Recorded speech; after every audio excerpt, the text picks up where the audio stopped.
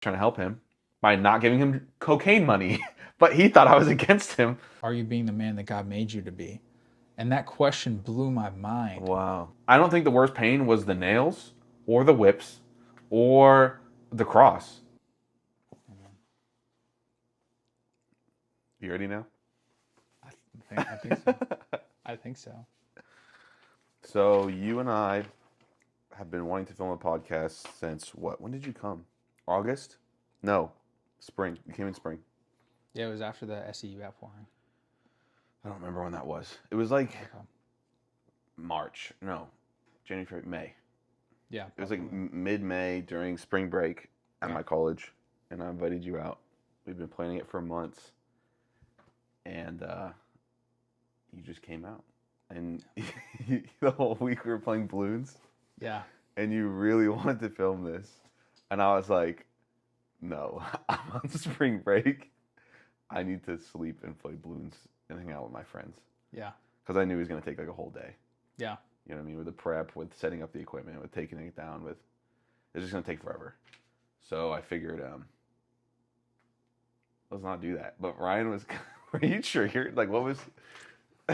You seem pretty upset that I didn't. I like making plans. I like making plans, and I like going with the plans. Yeah. And yeah, you were like really excited about it when we were coming. You were like, "Yeah, let's film a podcast." And then it's like, "Okay, let's film it now." No, not right now. Okay, let's film it now. No, not right now. Okay, let's film it today. It's like, okay, today. And then the one time we go try to film it, I make this, and then I feel like something came up. Yeah, Artist's car. Yeah. Her car, broke down or got in an accident. Yeah. That was why we couldn't film. She's like, let's go over here. I'm Bro. like, I was kind of triggered. Yeah. I'm sorry for being triggered. It's okay. I'm not upset at all. I just was curious. Yeah, it's good. But yeah, we had met. We want to talk about that first. How we met? Yeah. I don't even remember. Well, do you remember the specific day that we met? When we were like 12? No. But we were playing Minecraft with our friends Maddie and Ryan. Were we in class? I feel like, how did you meet Maddie? Xbox, I think. You met her on Xbox, but you guys went to the same school. So it had to be something more specific than that. You know what I mean? Probably a mutual friend. I don't know. We don't remember. Yeah. But somehow, some way, we met on Xbox through middle school, elementary school, something like that. Probably through a mutual friend or something. Yeah. And we used to play Minecraft together. Yeah. In middle school. And then through high school, we were friends as well. And then at one point... Well, how close were we in high school? I don't even remember you in high school. I'm serious. I'm not like being mean. We were in English class together in high school. Kind of like blacked out in high school. We were in English? Shumway, right? Yeah. Okay. I thought that was like video editing or something. Yeah. Okay. That's what? Yeah, it was English because we had to read, I forget the name of the book. To Kill a Mockingbird or something was in that class. I don't remember what we read. I just remember reading The Crucible and making fun of Shumway. Yeah, we did read The Crucible. Yeah. I felt bad about making fun of him. Like, I sent him an email, like, I think a year or two ago. I was like, I'm sorry. Like, I was, like, horrible to you. Did he ever respond to you? No. But I don't even know if it was his, like, currently active email. Yeah, because he was a professor at a different college. Yeah, so I sent him... I don't know how much we want to dox. Oh, just mute it out. Yeah, just mute this out. But, yeah, I felt bad. So, for assuming Ryan mutes his name, it was a teacher we had in, like, what, 10th grade, 11th grade, something like that. Yeah. And I was just super mean to him because I was, like, insane and depressed and crazy and mean. And so, yeah, he ended up quitting that after that year. Yeah. Yeah. And at the time, I thought it was hilarious. And then later, I was like, wait, that was, like, horrible for me to do. Yeah. Yeah. I realized that I was being really rude to one teacher as well. Yeah. And my friend was a mechanical design engineering teacher. Yeah. And then my one friend is becoming a engineering teacher now, Nathaniel. Yeah, I love Nathaniel, bro. And so I was talking to him and I was like, what do you want? What's like the 5-year, 10-year vision? And we talked about it, and I was realizing as I was talking to him about that, I was like, the teacher I had set me up on a path that I saw that I wanted to go down to become an engineer. And then I thought that I couldn't do it. Really? Or whatever. And I thought that math was hard, but he was like, yeah, take this math class, do this. This is the job. Yeah, I had it all. I was going to get like a mechanical engineering degree and a business degree, and then be like a manager and lead teams in engineering. Yeah. And I was talking to Nathaniel, and I was like, okay, do you want to be the teacher that like does that? Pretty much what that teacher did. And as I was like sharing that with him, I was realizing that, I just like projected onto him because I thought that I couldn't do it, I think. And there might have been more behind it, but Yeah, it's too bad. Yeah, I feel bad for making fun of those teachers of course, at the time. And then of course. I actually saw him when I was helping out with Young Life, the Bible study inside our former high school. Dang, you saw him again. Yeah, I waved to him, and he kind of waved and went away. And I was like, dang, that's too bad. Yeah, I probably didn't want to be around me. It's like, dang, that stinks. Yeah. But I'm glad that my life has changed. Since then. Yeah. So we got disconnected in high school. You could say that. Do you want? That's one way of putting it. I don't know how much detail do you want to share. I don't care. You can say whatever you want. So Diego had left our high school, and the friend group that was kind of loosely connected at that time was like, hey, what happened to Diego? Where'd Diego go? Yeah, I read about some crazy stuff. We had no idea. It was crazy. It was actually probably crazier. What did you guys think? It was definitely crazier than I don't know. We were just whatever you imagine. We had no idea where you went. Yeah. It was just like, I remember the one time that I was absent from that one class, and I came back, and Spencer was like laughing, and he's like, because of the prank that you pulled. Oh, which in one? The class with the fake blood. Oh, yeah. You weren't there that day? No, I wasn't there that day. Yeah, so for the audience, do you know what it was? You told me. I faked my death, yeah. So I'm serious. I really did. So I was like really messed up at that time. So I wanted to get my teacher for April Fool's Day, which on that year was a Friday. So I was like, okay, I'm always pulling pranks. I'm always doing crazy stuff in class. He's gonna suspect it. So what I did was I set out weeks in advance, like a complex system to get him. So I'm like, Monday comes, right? April Fool's on Friday. Monday comes, I was coughing a little bit, right? I don't know if you even remember I was doing that, but it was so long ago. Tuesday, I'm coughing a little bit more, a little bit stronger coughs, a little bit more frequent. And each day I would increase the strength and the frequency of the coughing. And then on Friday, April Fool's Day, I got a small eyedropper that we cleaned out, and I filled it with fake blood. The whole Friday class, I'm coughing really, really bad in class, like crazy. And I've been coughing the whole week. Yeah. And then I bend down, I drop my pencil, I bend down, and I put like a little bit in my nose, so I get like a fake nosebleed. And I don't acknowledge anything. So I'm just sitting there, and he keeps like glancing at me, and after like 5 minutes, he's like, hey, Diego, like, you have like a nosebleed. I was like, oh, sorry, like lying. All of this is lying. And so I go to the bathroom, and I fill my mouth with the blood. The reason I did this was because I didn't want there to be a single chance where he could have seen me bend down, or where my hand was missing, where he could have seen me put something in my mouth. I wanted there to be absolutely no chance of him seeing that. So I go to the bathroom, fill my mouth with the blood, come back, and sit with the blood in my mouth for 10 minutes. I checked the clock without my hands going near my mouth, without my hands touching my mouth, so that there was no possible way he could have guessed or suspected that I put something in my mouth. Because I was in the front of class, so he would just see me constantly. Not hands down, hands to my side, nothing in my mouth, for 10 or 15 minutes. And I checked the clock to make sure. And then after 10 or 15 minutes, I started coughing uncontrollably. Blood went everywhere, got all over my shirt, covered the tables. It covered the papers that he was handing out, like the assignment for that day, just spewing everywhere. And he got freaked out. He's going to pull the emergency button where you call like the ambulance, or whatever. And then like right when he went to pull it, I was like, just kidding, April Fool's. And he like looked like he was having a heart attack. Like he looked like really messed up. Yeah. And that was like an infamous day. Like I walked on, like the rest of the day I walked around like blood all over my shirt. And I was just like, you got suspended after that, right? I got suspended for that one. How long? Just for a day. It was just the last day of school. He didn't want me coming in because he thought I would prank him. Yeah. So he just got me suspended the last day of school. So was it over that summer? Did you not come back that next year? Or No, I did. Yeah. So I came back 11th grade. That was 10th grade. Remember, I'm a year behind you. Yeah. So I come back 11th grade, and then my schizophrenia is really bad. So like prior to that, I was seeing demons, but from then on, it was like constant. And then the schizophrenia really got crazy, where I was like seeing my teachers point guns at my head. I would be like walking through the hallway at school. I would see like demons all over the walls, like pictures of them moving. It was just weird, crazy stuff.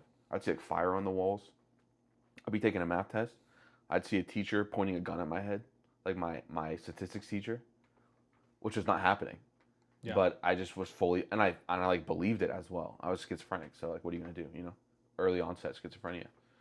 So that was just my day. I would just go to school, and I thought all the teachers were trying to kill me, and I would hide in the bathroom, and I like got a secret like browser on my iPad or whatever they gave me that could access anything on the internet because they usually have like locks on it. So I would watch like movies in the bathroom and like skip all my classes because I didn't want to get like shot in the head. And then I tried to do that for a couple months, and then I was like tried to kill myself, and then I was like, I can't freaking go to school anymore. Yeah. Yeah. And then I just got even more insane after that. I got like way crazier. Yeah. Yeah. So what were you doing when you were done with school? Like you're saying, hey, I'm not going to school anymore. I'm guessing there's a point where they took you out of school. No, I dropped out on my 17th birthday, which is when you can legally do it without parental consent. So that was my birthday for when I was 17. Very depressing birthday. Yeah. Go on my birthday, drop out of school, and then I didn't leave my house for like 2 years after that. No, for like 3 months, I worked at a Dunkin' Donuts, and the whole time schizophrenic. So I thought like the customers were like trying to murder me, and I don't know how I did this. Yeah. But while fully schizophrenic, I was able to work at a Dunkin' Donuts for like 3 months, and like the whole time I thought like my employees or specifically the customers were trying to kill me. Mm-hmm. But I like still serve them coffee and stuff. It was crazy. It was insane. And somehow I lasted there for 3 months, and then I just had to quit because I was like too messed up. Yeah. And I was undiagnosed at this time, so I didn't know what was wrong. I just thought this was real life. Mm-hmm. I didn't know like, oh, I'm off my meds. There was no meds. There was no diagnosis. Like this was just me thinking this is real life for years. And then I just went into my room and I didn't come out for like 2 years after that. Yeah. Just like gaming or? No, I got into computer programming actually really heavily. Yeah. I mean, yeah, I would say gaming too. Gaming, addictively gaming, doing hundreds of hours of computer programming. I was self-taught because I was like, frick, I can't just be a loser who just dies in this like small room, you know? Yeah. So I was like, I need to do something, you know? I can't go outside. I can't leave my room. Like I couldn't even go in my house. Like I could only stay in my room. I thought if I left my room, I'd die. I thought my family was trying to kill me. Like I was completely gone. So I was like, well, all I have in this room is a computer. I gotta learn something on the computer. And I learned how to code. That was like basically all I had access to. Yeah. So I taught myself that, and then I still see demons all the time. I like blacked out all my windows, like multiple locks on my door. Like the CIA is trying to snipe me through the window in my imagination. And I was just coding and addictively playing video games and like super badly addicted to porn. And like I was sleeping on a couch for 2 years that was full of bugs. Like, oh wow, that was my life for like 2 years. Yeah. Yeah, I didn't know. That's all I did. I know a lot of that part. Yeah, bro. Yeah. And so, what led you to? Because we had reconnected at a young adults group at the church that I was then going to. Yeah. And what was between that time and going to the young adults group? I guess how'd you come to the young adults group? Yeah. So I was like insane for 2 years, you know, coding and then like being insane and like bugs are like biting me in my couch and I'm like gone out of reality. Yeah. And after like 2 years of that, the depression I also had severe depression, like bad, like I couldn't eat food depression. Like I couldn't like TV was too stressful. Like looking at my phone was too stressful. Like I would just sit in bed and like stare at the ceiling for like hours. No. And so I had that with schizophrenia. So the depression got so bad that I couldn't code anymore. And again, I don't know, I'm crazy at this time. So I was like, oh man, bro, like maybe if I code, like if I like get on depression medication, then I can code. I don't think I'm crazy. And for reference, I had this weird experience. This is how I remember it. Who knows how accurate my memory is? But when I tried to kill myself when I was 16, I had this hallucination that the police were coming to kill me to my house because like I was fighting with my mom, and she's like, if your kid is not going to school, they can have police escort take them to school because I'd missed like 2 months of school or something. Mm-hmm. So she told me the police were going to escort me. So I'm like freaking out. I'm like, my mind's just falling, bro. Like these are schizophrenia and depression or bipolar, whatever I had. These are like the two highest suicide rate disorders in the world. I had both. Yeah. So it was just like insane, right? So I'm like, I can't live, bro. I can't. And I'm seeing demons constantly all the time telling me to kill myself. Like seeing them, talking to them, they're like choking me while I'm like in my room for 2 years. Like I would feel them like choke me like constantly. Or like they would just talk to me all the time, like you should kill yourself, like why are you alive, like who cares. It was just like this, it was like this guy like covered in like black oil, like every inch of his body, like you couldn't see his skin. It was just like black oil and like these white, like horrible white eyes. And he would just talk to me every day, like, bro, like why aren't you killing yourself, like why are you here for, like you should die. Yeah. And he could like open portals. He would like open, and I still to this day I'm not sure how much was the schizophrenia and how much was demons. I'm convinced that it was definitely both, but I don't know where the lines starts and ends, and et cetera, et cetera. Yeah. So, because I firmly believe in medication, but I also believe in demons and healing. So, anyways, he like makes this portal in the air, and it's like me and with like wife and kids. He's like, "You'll never have this, bro. Never, never. You'll never be happy. You'll never have anything. Like, you should die." And so and he was like that for years since I was 14. It was like that. And so when I was 16, I didn't go to kill myself. I'm running out of my house because I think the police are chasing me. I called my mom prior to this. I was like, "Mom, I need help. Like I'm gonna kill myself." Yeah. Her first words out of her mouth was, "I don't care. You have to go to school." And so I like broke. Like I snapped at that point because that was like my last hope. So I like run out of the house. I'm hallucinating that police are chasing me. I'm hallucinating sirens. I like run into like a nearby like cemetery. Completely, there's like black figures behind every single tombstone. There's like black figures behind like every tree. I'm seeing like cars teleporting. I think it was like my grandma's car. I thought she was chasing me. That's like teleporting all over the cemetery. And I hear like sirens chasing me. I hear like dogs chasing me. I'm like, and it's the middle of winter. So the blizzard is out. All I have on is jeans and a t-shirt in the middle of a blizzard. So I'm freezing to death. And then I run out into a Christmas tree field to try and not freeze to death. Because I'm literally freezing to death at this point. Also, the police are chasing me and the dogs are chasing me and I can hear them like right next to me. So I'm running. And I dive down under a tree. And like a pit under a tree. Like literally a ditch underneath of a tree. And I'm like freezing to death. And I'm like, well, maybe I can just die this way. You know, like I'm too like scared to kill myself, but I don't want to live. So like maybe if I just stay here and just don't move, I'll just die, which I would have. It was a blizzard. So I was like freezing to death. And then to my memory, I don't know how accurate this is, but this demon that always came to me, or some sort of figure, talked to me about how I shouldn't kill myself, but it was demonic. It was weird. It was this demonic figure came and he's like, "Don't kill yourself." The one that always told me to kill myself, the same guy. He said, "Don't kill yourself." And I was like, "What?" And he said, "You can always kill yourself later, but you can never unkill yourself." And he's like, "Your life is hard, and when your life got hard, you just gave up. You never actually tried, and you just got scared and you always ran away. And so you don't know what your purpose is. And so what you need to do is you need to spend every day, wake up from the moment you wake up to the moment you go to bed, sprinting as fast as you can, trying to figure out why you're here. And if you ever stop doing that, I'm going to find you and I'm going to kill you myself. But you never gave life a chance and you never tried. And so you need to work as hard as you possibly can to go and find why you're here." What do you think that was looking back? I think it was the devil. I think God was using him. I was reading in one of the Psalms, one of the longer ones. It's like Psalm 130 something. It's like I think like the longest psalm in the book of Psalms. And one of the verses in it, and I'm gonna probably misquote this specific section and whatnot. So just ignore that. But it's one of the later Psalms. It's very long, and one of the verses is it says, "Everything in creation is God's servant," which means also the demons, which means also scorpions and snakes and whales. There's a whale that eats Jonah. But even the evil spirits, God can use. I'm not saying God made them or God is supporting what they're doing. But if God wants to, he can make a demon do something.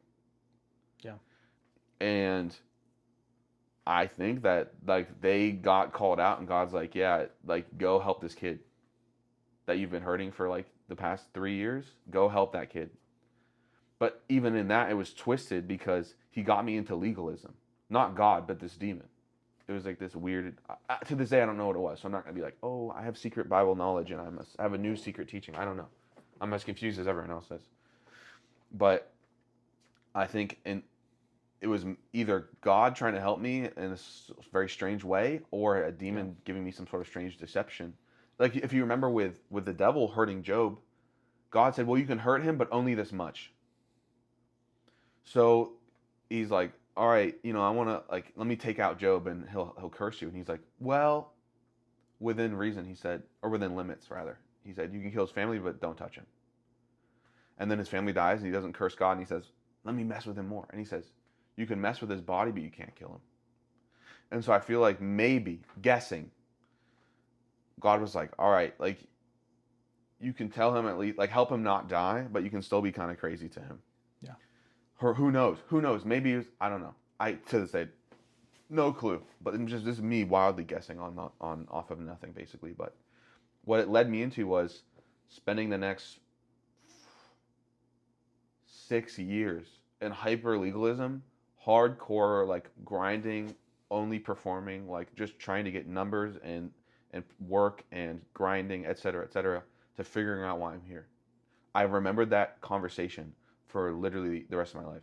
And I thought about it every single day when I woke up, this conversation with this demon. Like, I got to figure out why I'm here. I got to work. I got to figure this out. I got to earn it. I got to work for it. I got to like, and so that was the coding thing was like, okay, cool. Like, I got to figure out why I'm here. So I got to get this job. Okay. The job failed because I think the employees are trying to assassinate me and the customers. So now I can't do that. What's the next thing I can do? I can't leave my room. Like, I'm going to die. I'm going to get shot in the head by the friggin' police, So I got to be a computer programmer. So I'm going to do that. And I'm doing that. And then I got depression. So I can't do the computer programming. I'm like, oh my gosh, I need to figure out why I'm here. So then I go and I finally go to a psychiatrist right when I'm 18. It was like a week before I turned 18, something like that. And I finally go to a psychiatrist. And I'm telling her, I'm just there for the depression. I don't know I'm insane. I have no clue that I'm crazy. I think this is real life. I think the police trying to assassinate me is real. I almost killed my mom once because I thought she was trying to murder me. Like, she was cutting a pizza, and I thought she was, like, trying to stab me with a knife. Like, I was gone. I was really, really gone. Yeah. And so I didn't know I had schizophrenia at all. I thought it was normal. I thought everything was normal, and this was real life. So I go to the psych for depression, which I knew I had depression. I wasn't skeptical of that at all. And she's like, you have, like, really bad psychosis. Like, really bad. She's like, the worst I've ever seen or heard of in my life. And so she put me on meds, and I lied to her for, like, weeks because I thought she was going to kill me. Like, I was really messed up. And I finally wrote her this letter, like, I've been lying to you for weeks. This is what's really going on. But if I see you in person, I'm going to think you're going to kill me. So, like, don't trust anything I'm saying. Just read this letter. It's, like, psychotic. It's, like, so crazy. And she kept reading it and me, like, looking at me, like, what is wrong with this? Like, she was freaked out. But they put me on, what's the word? Antipsychotic medication. Went away in, like, a month. 2 weeks to a month. I was back to normal. Like, not laughing, I was still kind of depressed, but not insane. I didn't think my cat was spying on me anymore. I didn't think there was a secret government conspiracy to kill me. I didn't think, and it really messed with me because I thought it was fake. I thought the world where the government wasn't trying to kill me was like, this was all like maybe some sort of like fake thing they were doing to like trick me or something. Like, I was really, because I had been like that for years. Yeah. So then, you understand what it's like to be it would be like right now if I gave you a pill and suddenly we're like in heaven or something. And I was like, oh yeah, Ryan, we've been in heaven the whole time, bro. This is like all fake. Like, you thinking you're on the earth and stuff, that was like all fake, bro. Yeah, that would trip me up. You'd be like, what are you talking about, right? Yeah. You know what I mean? Like, it'd freak you out. Yeah. Like, we were like, oh, Ryan, we were in heaven the whole time. You were just like on like, like you just thought we were still on the earth or something, but like we've been in heaven the whole time. Like, there's an angel like right there. And you're like, you've known him for years, and you're like, what are you talking about, bro? Like, what? Yeah. It freaked me out. I was like, what the heck? Am I like, what is this? Yeah. And I was just back to real life. And I didn't believe it for like 6 months. The initial medicine they gave me, shutting down all my organs. I was dying. And I saw this guy on YouTube called David Goggins. And he's like, you just got to work your way out of it, bro. Like, life's hard. You get abused. You get beat up. That sucks, bro. But you just got to work your way out of it. You got to work as hard as you can to get out of it, which is what he did. He was super abused as a kid. And then he just became like a Navy SEAL, like ultra marathon runner, all this crazy stuff. Again, the legalism. Like, that guy is stuck in legalism, like really bad. But it's convincing. Legalism is very convincing to a lot of people. And so I got stuck in it too. I just pulled me right in. What do you mean when you say legalism? He thinks that if he doesn't run hard enough, if he doesn't work out hard enough, if he doesn't abuse himself enough, he talks about how he says like horrible things to himself in his head about how he's weak and he's pathetic and he needs to try harder. He said that's his entire mental state. It's just when he's running and he's not running fast enough, he's like just starts swearing and cursing at himself and telling himself how he's a loser and needs to try harder. And he's like, that's how you get better in life. And I understand that mentality. I copied it, to a much lesser degree, obviously, but I copied it. And it did produce lots of results, but the results are meaningless because they're not God. They're just the flesh. They're just the works of the flesh, which are worthless to God. And all that really matters is what he wants. So but I'm watching him, and God still used him to help me. I was going to die. I was just going to give up because my meds were shutting down my organs. So I was like, bro, I tried. Freaking my life's over. All my organs are failing because of my medication. So it's like either be crazy or have organ failure. Or think I'm freaking in an alternate reality. So like, these are neither good options. And I watched one of his videos. He's like, just keep trying, bro. Like, just don't ever give up. It doesn't matter. Just try harder. And so I did. And so we finally were able to get on a new medication. And then my organs weren't failing. I'd take it, I'd get extremely sick and depressed for hours, then I would black out.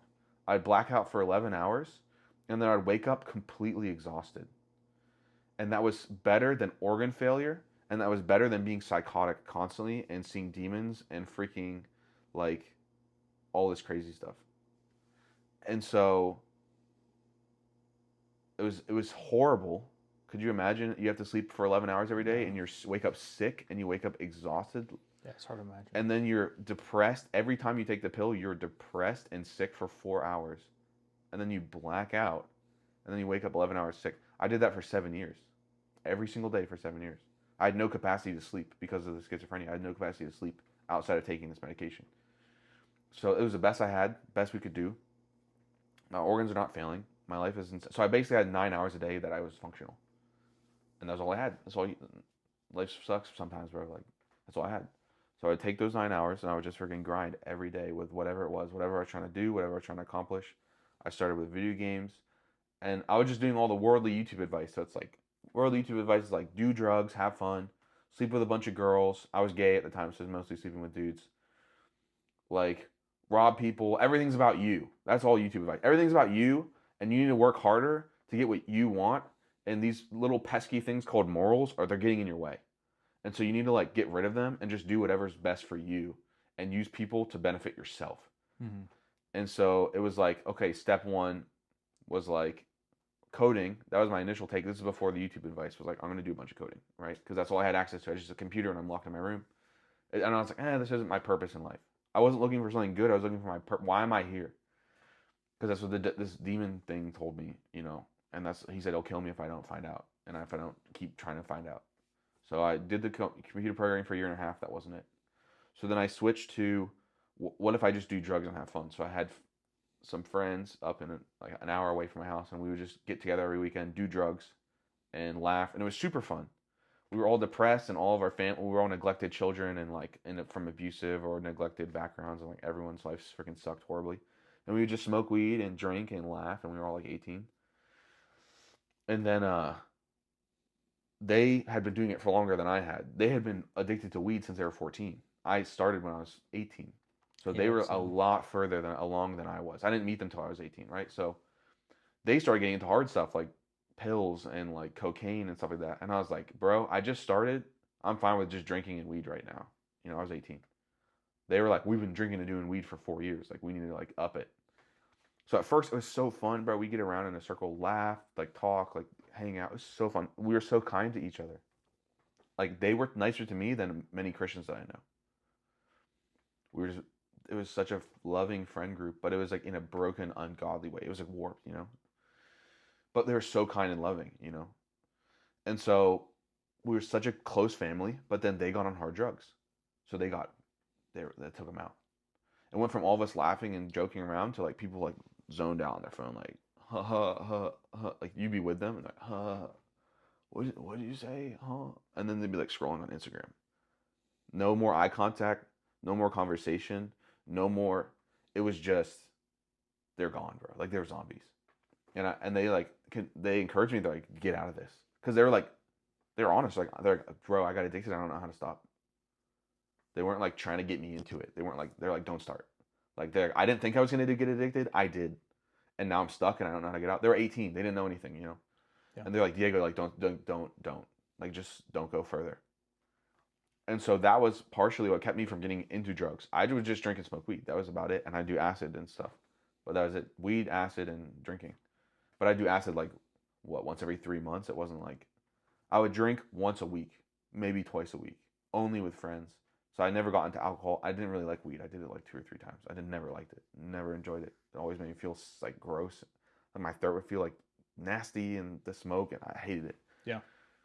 So I was just a drinker, but I was just like 2 days a week I would drink. I was never addicted to anything. By the grace of God, I was never addicted to anything. I should have been, but all my friends did. So I got out of that friend group, and then I was like, okay, well, drinking and partying isn't my purpose. That's what they told me on YouTube is you gotta just, like movies will tell you stuff like that, TV, like, you gotta be popular at parties and stuff. So I drink and party and had close friends, and I was like, this isn't my purpose. And I saw it turn horrible. Coding wasn't my purpose. I said, well, maybe everyone's saying grind in your job and get a girl, and you gotta grind and get your job, and then you gotta get a girl, So I went and I started doing jujitsu, Brazilian jiu-jitsu, training that. And I became a construction worker. So this is like the grinding, like hardcore mode. So I was like, wake up at 6 a.m., drive 2 or 3 hours to work, one way, work for 8 or 9 hours doing heavy construction, drive home 2 or 3 hours, do jiu-jitsu for 2 hours. This is every day of the week, Monday through Friday. Do jiu-jitsu for 2 hours, go home, shower, take my medication, black out, wake up the next day exhausted, and just do it again every single day of the week. That was it. Like I didn't have any free time. I didn't watch TV. Like it was just like wake up, go to work, get home, fight, get home, go to bed. Yeah. That was it. There's nothing. Like I went straight from work to fighting. Like I didn't even stop at my house. Mm-hmm. Like I would show up in my construction boots and then I would change. So I was like hardcore grinding. And it was kind of fun. And I met this Christian dude who was so nice to me there. He changed. He didn't really tell me about God or anything, but he made me believe that all Christians were not evil. Because my family had taught me the opposite. They were at the time, obviously totally different now, but at the time, very brutal, bitter Christians. And so I thought that's what God was like. So I met this nice Christian guy, and I was like, oh, maybe they're not all evil, but whatever they believe in is dumb. But they're really, at least some of them are really nice. So I'm fine with them now. I'm not hostile towards them. Kind of like Maddie. Maddie's like, Christianity is like, she's not hostile towards it, but she doesn't believe in it. He turned me into like that way. Mm-hmm. Like how Maddie is. She's like, oh, that's cool that you guys go to church. I don't believe in that, but like, that's cool that you do that. Yeah. And she's still friends with us, right? Yeah. He turned me to that from someone previously who hated Christians and like thought they were all scum and were all evil. So there was still a big progress, I think that was a big turning point. But I do the construction and they're asking me to work like crazy hours, like freaking weekends, like just work 7 days a week and work overtime all the time, and you never have a single day off. And I was like, no, I can't do that. And that's what everyone in the job was telling me, like, you're never gonna get days off. Like you just have to work 7 days a week, and that's how construction is. And who cares? Sounds tough. And so I was like, I'm not doing this, bro. This isn't my purpose. So I had lasted in construction for 6 months. Quit, and I feel like I failed again. I'm a failure, and what's wrong with me? So I started doing some job stuff with my dad, and I was making money, and I was like, cool, now I can like sleep around, and I have money, and I have a job now. So time to like do my sleeping around arc, I tried your job is your meaning in life, grind set, whatever, YouTube philosophy. It's not. I tried the doing drugs and partying. That's not your meaning in life, but that's what the YouTube was telling me, and TV and movies. I tried the like just coding because that wasn't it. And so I was like, okay, what's not it? If this stuff isn't it, what else is there? And like sleeping around, and you'll find meaning in relationship. You know how many romance movies there are? That's the whole philosophy of romance movies. Yeah. Is your meaning of your life is to be in a romantic situation. So I just go on like Tinder, Grindr, start sleeping around with a bunch of dudes, and I was like, dang, bro, like this isn't even like barely better than porn. This is like, kind of feels like maybe about the same, maybe worse. Like this is kind of disappointing. Yeah. I slept with one girl, but even then it was just like, whatever, I don't care about this. Like this is shallow and lame. And so I was like, well, sleeping around, but I did it for like a year, and I was like, nah, this isn't it. So I was like, sleeping around isn't it. Being a career, like obsessing about your career isn't it. Like doing drugs and partying isn't it. I was like what else? And then I was some guy named like Tim Ferriss or something. He's like, you what you gotta do is you gotta work like 2 or 3 days a week, and then you just be happy because 7-day work week book. Yeah. It's called like the 2-day work week or the 4-day work week, something like that. I think I have that. 3-day work week might be up there. But his whole philosophy is get employees who earn you money so that you can just rest and relax.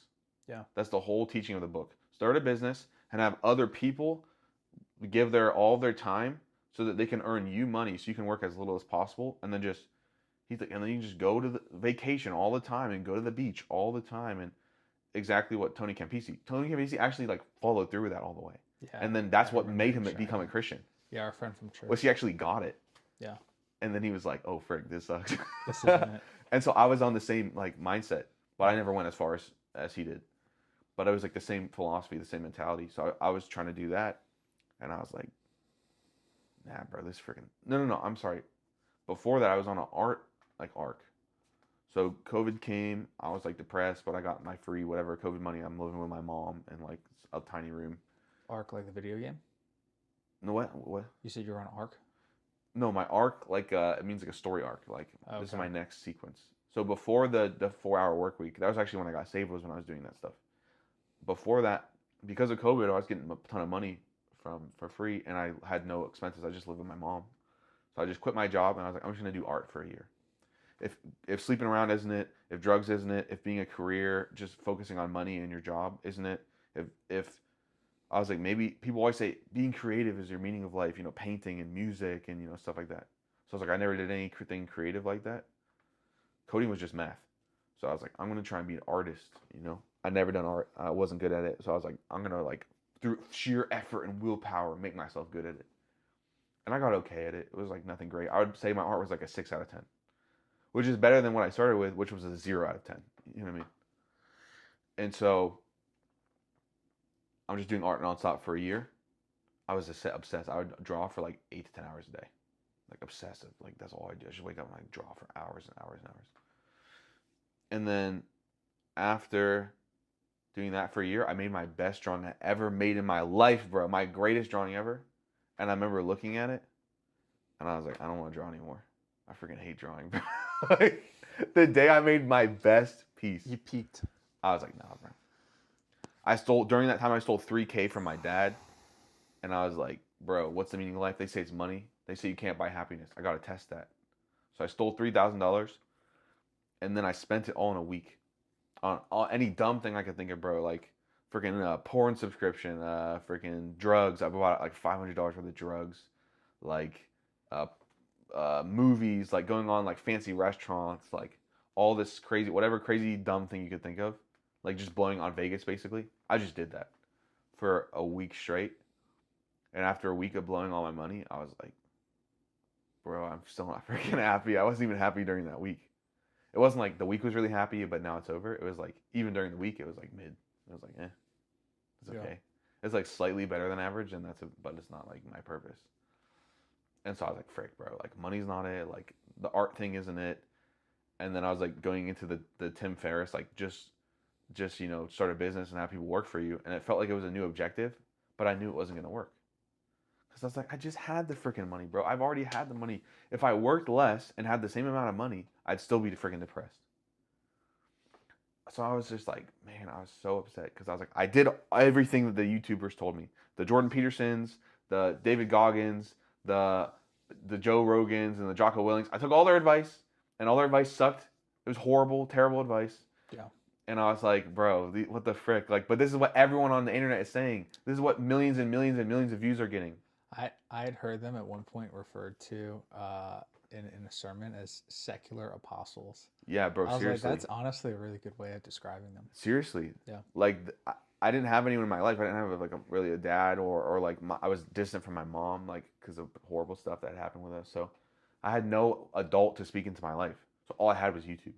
Yeah. And so they're the most popular. So you just watch their stuff about their life advice, and all their life advice sucks. Horrible. It's the worst life advice ever. The only worst life advice would be like kill yourself and like torture yourself. But that's basically what their life advice is. Some of it can be helpful, I would say. Yeah, but like I'm saying, the core philosophy is awful, bro. It's completely broken. Yeah. It's just everything's about you and you working hard for yourself. Yeah. And the meaning of life is you. And like sleeping around and like doing stupid stuff that doesn't matter, like freaking like getting a boat or like being famous or just freaking nonsense. Like you'd be happy, bro, if you got front seats at a freaking MMA game. Like, no, you wouldn't. That's not doesn't fix your life, you know? And so I did all their advice, and I actually did it. Like, I actually got the stuff. Like, I'm not saying I was a millionaire or I was famous or something, but like, I did it. I was like, oh, I have money consistently, and I'm like have a good income. Oh, I'm like, I've got girls or guys that I'm sleeping with that I like actually think are attractive, and I'm like, oh, like I'm doing drugs and partying, and I'm not getting in trouble with the law. Oh, I'm like, doing my creative thing, and I can draw as much as I want, and I can do my computer programming. Why am I freaking depressed? I was on the antidepressants. I was on the antipsychotics. I never went off my meds. I didn't mess with that. I took that very serious. So it wasn't the depression. It wasn't the schizophrenia. It wasn't any of that stuff. It was just life is meaningless if that's your life, bro. No. If that's your focus, freaking meaningless. And even so many Christians are still tricked by that stuff. Like they're kind of like, yeah, Jesus over here, but also what did Joe Rogan say? And that's why they're so sad. It's not like, oh, they're bad Christians. I'm not. That's pointless. That's a pointless statement. They're Christians. If you're a Christian, you're good. End of story. But they're in deception. They really believe that some of this stuff Joe Rogan and Jocko Willink and David Goggins is saying will bring them true joy. But Jesus said in John 15, true joy comes from keeping his commandments. And so that's what this stuff was almost all setting me up for Jesus. So I end up after, the money thing doesn't work out, the art thing doesn't work out, the job thing doesn't work out. I'm like, I know this Tim Ferriss freaking 2-day work week thing isn't going to work out either, but like, I don't know what else to do. And I just freaking like was just angry. I was just angry, bro. So like, I'm going to do drugs, bro. At that point, I'd been drug free for like a year. And again, even when I did drugs, it was like once every 2 months. When I would drink, it was like once every 2 months. I was never an addict. Yeah. If I was, I would say so. I don't have any shame. But I was not an addict. I just did it casually. So I was doing drugs with my friend. We're doing acid, tons of acid, right? Like the normal amount you take is a tab. It's called 1 tab. My friend took 2. He's gone. He's in another universe. He's like freaking somewhere else. He's somewhere else. You can't even talk to him. He's like gone. I take 2. No effects. I take 4 after like waiting like an hour because this stuff starts working in 30 minutes. And I know it's working because it's working for my friend. I take 4 after like 30 minutes to an hour. No effect. So I take 6. Absolutely no effect on my body. And I just got angry. I was like, bro, my life sucks. I took everyone's advice. None of it freaking worked. Like I got the thing that they said but they said that it would make you happy. I wasn't. So, and I had like a little Buddhist stint as well. I forgot to add that in, but like I was pretty hardcore Buddhist for like a couple months as well. But like secular Buddhist, like atheist Buddhist. And so I was like, oh, I took all their advice. All their advice freaking sucked. And I'm out of options. And I can't even freaking do drugs to like feel better today. I'm like pissed off today that I just realized that nothing's working. It was like right around the time that I did my best piece of art. It was like a day or 2 later after that. I was like broke. I broke down. And I was like, what the frick do I do, bro? Like I'm out of options. I'm out of options. Out of options. I'm not like suicidal anymore. I wasn't suicidal. I wasn't like going to kill myself. Nothing to do with that. It was just a bitter rage at just existence. Like I was mad at like existence. Just angry, bro. Just like this bitterness. Like, had I not got saved, I would have probably been like a psycho, bro. I would have either like been depressed and like never left my room again, or I would have been like cheating on girls and like freaking like robbing people and like being a criminal. Like, I'm confident it would have been one of those two. Confident. I would have just been like, okay, cool. Life doesn't matter. Like, I'm just gonna be crazy and then die. Like, who cares? Or I would have just like totally frozen and like locked up and like never gone outside ever again. And in that moment where I'm doing drugs with my friend, no effects. I just leave. I'm out of there. Yeah. And I find myself 6 hours after taking all these drugs, no effect on my body. 6 hours later, I'm in my room, my bedroom. The door's locked. I'm alone in my bedroom, and I'm just angry. I'm like, bro, what the frick, bro? Why does life suck? Why does it suck? I did everything right, and it still sucks. So mad. I was so mad, and I just instantly started thinking, Jesus, Jesus, Jesus, Jesus Christ, Jesus, Jesus, Jesus, Jesus, Jesus, Jesus, Jesus, Jesus. I had no clue who that was. Like, you could have told me Muhammad. You could have told me Shiva and Vishnu. You could have told me freaking Zeus and Hermes. Like, I had no freaking clue who Jesus was. Nothing. I knew nothing. I didn't know about him dying on the cross. I didn't know about the Bible. No, I didn't know anything. And I grew up in church till I was 10, but like I didn't even then. Like, if you told me like, what did you learn in church when you were a kid? I'd be like, I don't know, some giant guy, like a little kid threw a rock at him, and like a guy named Noah, like He had a rainbow and a boat, and like animals were on it or something. That was it. That was the full extent of my knowledge of the Bible. I had watched like the Jordan Peterson Genesis lectures, but like I had no freaking clue what he was talking about. I didn't know anything about God or Jesus. Nothing. Nothing. I was hardcore atheist since I was like a kid. Like hardcore atheist. And Jesus, I just keep hearing this in my head. Jesus, Jesus, Jesus, Jesus, Jesus, Jesus Christ, Jesus Christ, Jesus Christ, Jesus. Like a shotgun. Like it was insane. And I had no clue who that was. And I felt someone hugging me. Like physically like grabbing my body and like hugging me. And I looked around, didn't see anyone. Nothing. No one's there. And I just hear this voice. Diego, you got everything you wanted and you are still not happy. And I was like, what the frick, bro? That's so spot on. Like, yeah.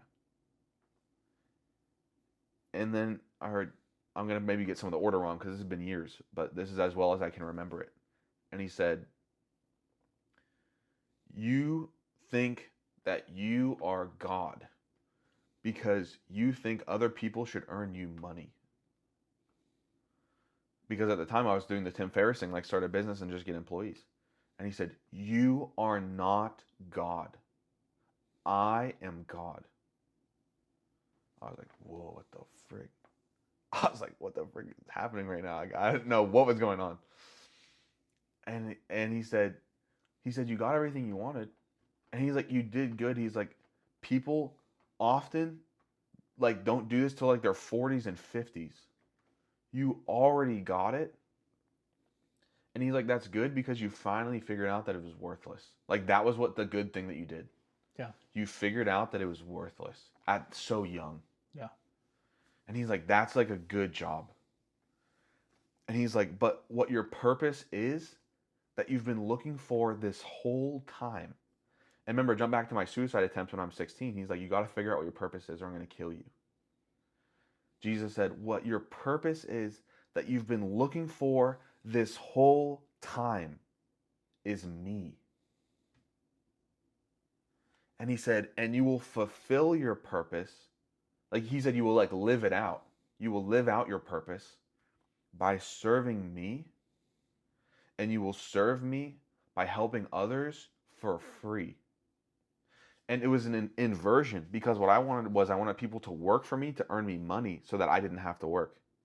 And now Jesus was telling me I was going to work for free to help others. Like my view of reality was so skewed that I literally had it exactly backwards. Yeah. I was completely so far off that I was backwards. And I thought that the meaning of life was having other people like serve me. Yeah. And he said, your purpose of life is me, Jesus. And you will live out your purpose by serving others for free. Which is the word of God. That's in the Bible. I didn't know that at the time. But he said, freely you received, freely you give. Matthew 10. And so I was like, Son of Man came not to be served, but to serve. But to serve, to give his life as a sacrifice for many. Yeah. And so I was like, I want to do that. Which I don't know why. I was a bully in high school. I would freaking bully people. I would cheat on people. I would cheat on guys, cheat on girls. I would freaking like, I was freaking like really bad to people. I would rob people, rob my family, rob everyone. Like I was messed up. But for some reason, it just like got me. I was like, I want to be good. I just had this idea in my head like, oh, that's like good. I want to be good. I don't want to be evil anymore. I think I want to be good because I always hated myself and I always thought I was evil always since I was like a little kid. I always believed that about myself. And that's what the demon would tell me when I was a kid as well. Mm-hmm. I always was convinced of that about myself. And I was like, I don't want to be evil anymore. I actually want to be a good guy. And so, and so that's what he told me. And then he ended it with, he said, Diego, he said, I love you. And then he hugged me again. And then he said, read the Bible. And he was gone. That was it. He was gone. And so I was like, what the frick? And it was late at night by that point. So I laid down in my bed and I freeze. My whole body shuts down. And I was in the worst pain I've ever felt in my entire life. Like I felt like I was dying. Like it was horrific. It was the worst pain I've ever felt in my life. Completely frozen. Can't move my body. If I could have moved, I would have called 911. Like, I thought I was dying. My body freezes, and it was the worst pain I've ever felt in my life, nonstop for 6 hours. I can't move. I can't fall asleep. The worst pain constantly for nonstop for 6 hours. And this thought, I only have one thought in my head this entire time. Over and over and over. All I can think for these 6 hours, nonstop, is repeatedly this sentence. This is less than 1% of what he felt for me on the cross. This is less than 1% of what he felt for me on the cross. Over and over and over and over and over and over for 6 hours. That's all I can think, and I'm in the worst pain I've ever felt in my life. And I'm in like mental distress, like fear, anxiety, worry. And this is less than 1% of what he felt for me on the cross. Nonstop for 6 hours. After 6 hours, I fall asleep. I wake up the next day. I don't know what the frick just happened. I was like, was that the drugs? Was that, what the frick? I don't know what's going on. I'm just going to read this Bible. I don't know what the frick a Bible is or where you would find one, but I'm going to read one. And I had heard from the Jordan Peterson Bible series, he talked about Bible Hub. You know, even God was drawing me even then. And I read like this, Jordan Peterson talked about Genesis as him being an atheist, and I watched it as an atheist. So it wasn't like, it was just interesting. But so I picked up the Bible, and I'm thinking that it's all names, right? It's like, mostly it's all names. So it's like Isaiah, you know, Jeremiah, you know, Ezekiel, Matthew, Mark, Luke, John. It's like all these names. And so I'm like, oh, cool. Like, there should be a book in here named Jesus. Mm-hmm. So I'm looking through. Nothing. So I really thought I had a wrong Bible. I thought I needed like a different version or something. Yeah. So I'm like trying to find a different version of the Bible that has like Jesus somewhere in it, you know, because I was like, oh, I think I got the wrong one. Like I didn't know anything. I didn't know absolutely anything. So I'm like Googling, and I on my Google search, I find that Jesus is in Matthew, Mark, Luke, and John. I was like, oh, what the freak? How am I supposed to figure that out? Jesus didn't tell me. Like he just kind of left me with that. And so I started in Matthew. Most insane thing I've ever. It's like we don't understand it anymore. Reading the Bible as an atheist. And so I read it as an atheist. I didn't believe in, even though I had this encounter, I didn't believe in God. I was still an atheist. I was like, maybe that was the drugs. Like, I don't know what the frick's going on. Yeah. So I'm reading Matthew as an atheist, and it's like, and the Holy Spirit got this virgin pregnant, and her husband's talking to an angel, and someone's trying to kill them. I was like, what the frick is it, bro? I thought it was supposed to be a book about, like, don't lie. You know, that's what I remembered from when I was a kid. I was like, don't lie, don't steal from people, you know, like, be nice sometimes, you know. The big guy comes, kill him with a rock. Yeah. Hit the big guy in the head with a rock. I thought it was just going to be a list of rules. I thought the whole Bible was just going to be a list of, like stuff you shouldn't do. Or, like, be nice. I thought it was just saying, like, be nice to people, don't be too mean, you know, like, don't steal. Like, I thought it was just literally a list of, like, rules. I didn't know there was stories in it, or I didn't know any of that stuff. So, and I'm reading it, and I'm like, what the frick? And I don't know what any of the words mean. I don't know what a Holy Spirit is. I'm like, is this like a demon or something? Like a spirit? Like, what the frick is going on? You know? My only understanding of angels and demons was from, like, secular TV, which is, like, completely not accurate to the Bible. So I was like, what the frick? A spirit? Like, is it like a ghost? Like, and so I'm, like, freaked out. And then I'm just going to force myself through and, like, just get as far as I can get. Because, like, because I'm out of options, bro. Because I'm out of options. And I think this book is insane, but I'm out of options. Yeah. I'm just out of options. Yeah. So I'm like, I'm just going to force myself through. And I was like, and if this book's stupid, I'm just going to throw it away and try and find something else. I probably would have been a Buddhist monk maybe. Bro, that was like, those are my 3 outcomes. It was like, shut-in, horrible criminal, or like Buddhist monk. Like, those are my 3 outcomes prior to this event. And so I'm like reading through, and it doesn't make any sense because they use words that only are used in church. So you get to the next chapter, it's John the Baptist, and it's like, there's this dude who lives in the woods and he eats bugs. And you're like, what the bro, what is this book? Like, this is freaking me out. And he's like, and he's telling everyone to repent for their sins. I didn't know what a repentance was. I didn't know what a sin was. So I was just like, what the frick is this guy talking about, bro? So I just skipped it. I'm just like speed reading through, like, because it doesn't make any sense. So he's like talking about repenting for your sins. I was like, what the frick? Why are people trying to kill him? Why are astrologers trying to like see Jesus with a star? Like, it's a freaking weird book. And then, and then Jesus in the freaking desert with the devil. I'm like, why is Jesus? All I know about Jesus, he's supposed to be like a good guy or something, right? I just met him last night when I was doing drugs. So like, he's like a good guy or something, right? Why the frick is he talking to the devil? Like, I know as an atheist, you're not supposed to talk to the devil. Like, what the frick is going on? And he's just sitting there chatting with the devil. I was like, this book is crazy, bro. What the frick is this? But it's cool. It's interesting. This is like actually kind of cool. I think it's stupid. Maybe not stupid, but crazy. I think it's crazy, but it's cool. It's really cool. Which I think we lost in Christianity. Like Christianity isn't cool anymore. It's like, read Acts. They're like, people are trying to assassinate them. They're like resurrecting from the dead, and like we're talking to witches, and then we go to church and they're like, hey, bro, did you see the new movie? Yeah? No? Okay. Well, I put something on Instagram. Oh, cool. And you go home. And it's like, bro, Christianity is not, like, that's so boring. Christianity is weird and crazy and cool. And so I actually was, like, attracted to that part of, as weird as it was, I was like, this is cool that Jesus is talking to the devil and this guy's eating bugs. And, like, freaking, like, this dude's talking to angels. I was like, this is hype. This is a cool story. And so it kind of excited me, but I completely didn't understand what they were talking about. And then I got to Matthew 5, 6, and 7, the Sermon on the Mount. And this is where Jesus starts giving instructions. It's like, this is why I was waiting for. What's his life advice? Because I thought, at this point, I was like, Jesus is just a really smart guy who they had to turn into, like, a magical character to, like, get people to believe it. Because people are too stupid to, like, do what's right and, like, follow, like, good life advice. So they had to, like, turn it into, like, a fairy tale so that other, like, dumb people could, like, believe in it or whatever. But I think Jesus is just, like, some dude who had really good life advice.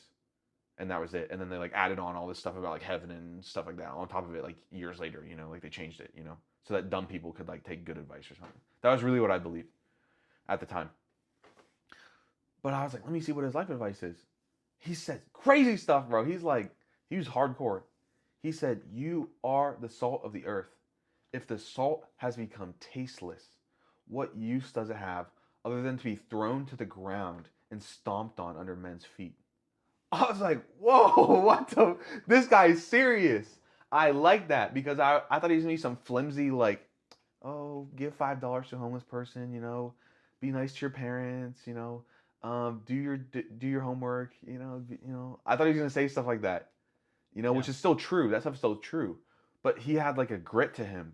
He was, like, strong and, like, he was the salt of the earth. Bro, he preached with authority, bro, not like the scribes and the Pharisees.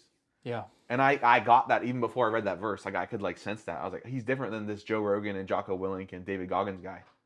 Like, they sound good, but they themselves are, like, emotionally unstable and, like, fearful and have anxiety. And they're human, just like the rest of us. Yeah. But this guy's weird. This guy's weird and strong, and he knows what he's talking about. Yeah. And he's, like, not playing games, and he doesn't care about what anyone else says. Because he's right, not because he's an egomaniac, like a freaking psycho who's, like, thinks he's God. Like, in a false, fallen human sort of way. You meet people like that. I was like that before I got saved. Like, I thought I was freaking the best guy ever. Yeah. And I was just a loser, idiot. Not even really, because I was still, God loved me. But that's how I, like, viewed myself, I'm still healing out of that. I still need to heal out of how I viewed myself before I was saved. Where we weren't garbage even before we were saved. We were always valuable. Mm-hmm. And so, Jesus was like, this guy freaking knows something. I was like, this guy knows something. And so I'm studying him, and he's saying crazy stuff. He's like, because I can understand, don't hurt anyone. That made sense to me, right? That's secular advice. Secular people will tell you, don't kill, right? You don't need a Christian to tell you don't kill people. It's just like moral compass. Right? I thought he was going to say stuff like that. Yeah. And then he's like, if someone hits you, let them do it. And don't defend yourself. He said, if someone hits you in the face, turn the other cheek. I was like, what the frick? I'd never heard that in my life. Yeah. This is my only understanding of morality prior to this moment. Number one, don't hurt people unless they hurt you. If they hurt you, hit them back. Which is exactly what he says in that verse. He says, you have heard an eye for an eye and a tooth for a tooth. Which means don't hit them unless they've hit you, and don't hit them harder than they hit you. Yeah. That's what that means, eye for an eye, tooth for a tooth. Yeah. If they take your eye, Yeah. you can take one of their eyes. So you can do payback, but don't hurt them more. Don't take 2 eyes if they only took 1. So and that was exactly my moral philosophy, was like, just don't hurt people for no reason. I didn't live that out, but that's what I still like could understand. Don't hurt people for no reason, but if they hurt you, hurt them within reason to how they've hurt you, you know? If a guy punches you in the face, don't murder him, right? Maybe you can punch him back, but don't kill him or something crazy, right? And Jesus is like, no. He's like, no. He said, that's what you heard. But what I say is, if they hit you, let them do it again. If they rob you, let them keep it. If they take advantage of you and make you walk a mile, go 2. I was like, this guy's crazy. He's saying if someone's hurting you, you should just let them do it. And then below that, he says, also, you have heard, love your neighbor, hate your enemy. But I say, love your enemies, pray for them, and pray blessings over them. And I was like, what the frick? No one had ever told me anything like that in my life. I never even heard of someone like that. Never. Not even a Buddhist person. No one. Never heard of anything like that. Yeah. And I was like, this is crazy. And I think he's right. I think that's what being good is. It's not returning only if they hurt you. It's not even hurting them back. Yeah. I was like, that's insane. But I think he's right. Mm-hmm. But I've never heard anything like this before. Never heard anything like this before in my entire life. To this day, even half of Christians I talk with, when I read that verse to them, they get angry. They'll be like, I don't believe in that. I'm like, Jesus said it right here, bro. What are you talking about? I have had at least half of Christians I've read that verse to go, I don't believe in that. Like, it's offensive for some reason. But it's life, and it's what brings you true joy. But they're in deception. They don't understand that. But letting people hurt you and not hurting them back, not letting people hurt you, that's not the right. Like, if someone's abusing you, don't stay in that situation, right? It's not like, oh, it's okay, my boyfriend beats me up all the time. I'm like, leave the relationship. Don't let them keep hurting you, but don't retaliate either. Don't hit them back. Yeah. You know? And so it just blew my mind. I was like, I think this guy's good. I think he freaking knows what he's talking about. Mm-hmm. And I don't believe in this heaven and angels and stupid stuff, but I want to hear what he has to say. Yeah. And so I spent the next couple weeks just nonstop every day. I would just wake up and I would just read my Bible for like 8 hours, just like Matthew, and then got through Mark. And his advice is so interesting, and he's so cool. He's funny. He's like making jokes in the Bible. Like, no one can get anything on him. No one can make fun of him, and it never sticks. Like, it just bounces off. He's not like ashamed. He doesn't have anxiety. He's not trying to like impress anyone. He just knows who he is, and he's freaking spot on, and he's smarter than everyone else. And he's like a superhero. Like, he's the closest thing to a superhero I'd ever seen.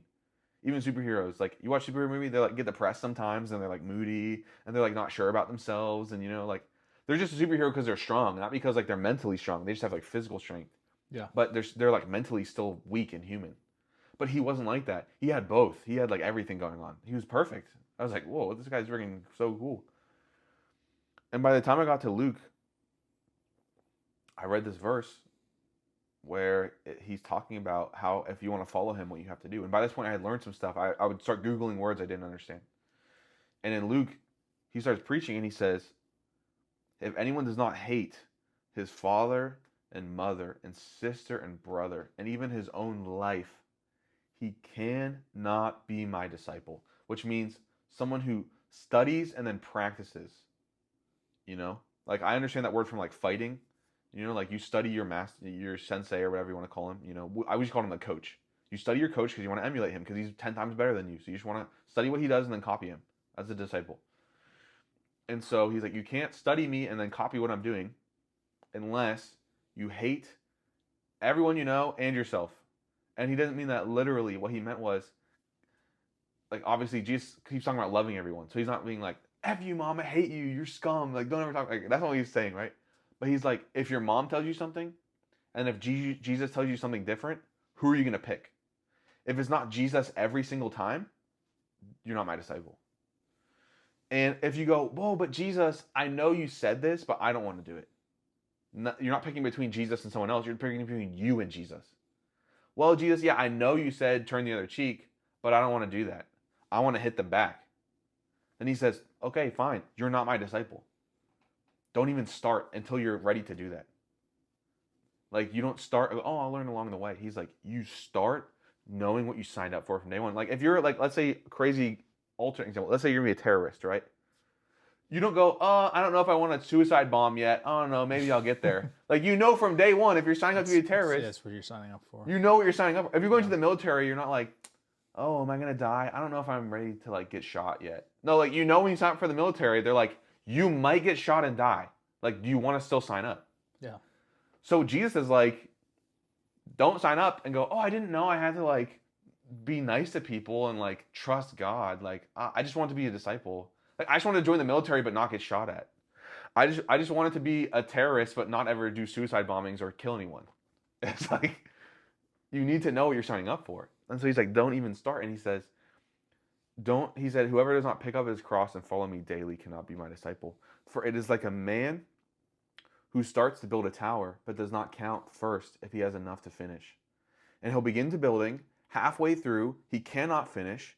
Everyone will point and laugh at him and say, this man could not finish what he started building. And he says, therefore, whoever does not forsake everything that he has cannot be my disciple.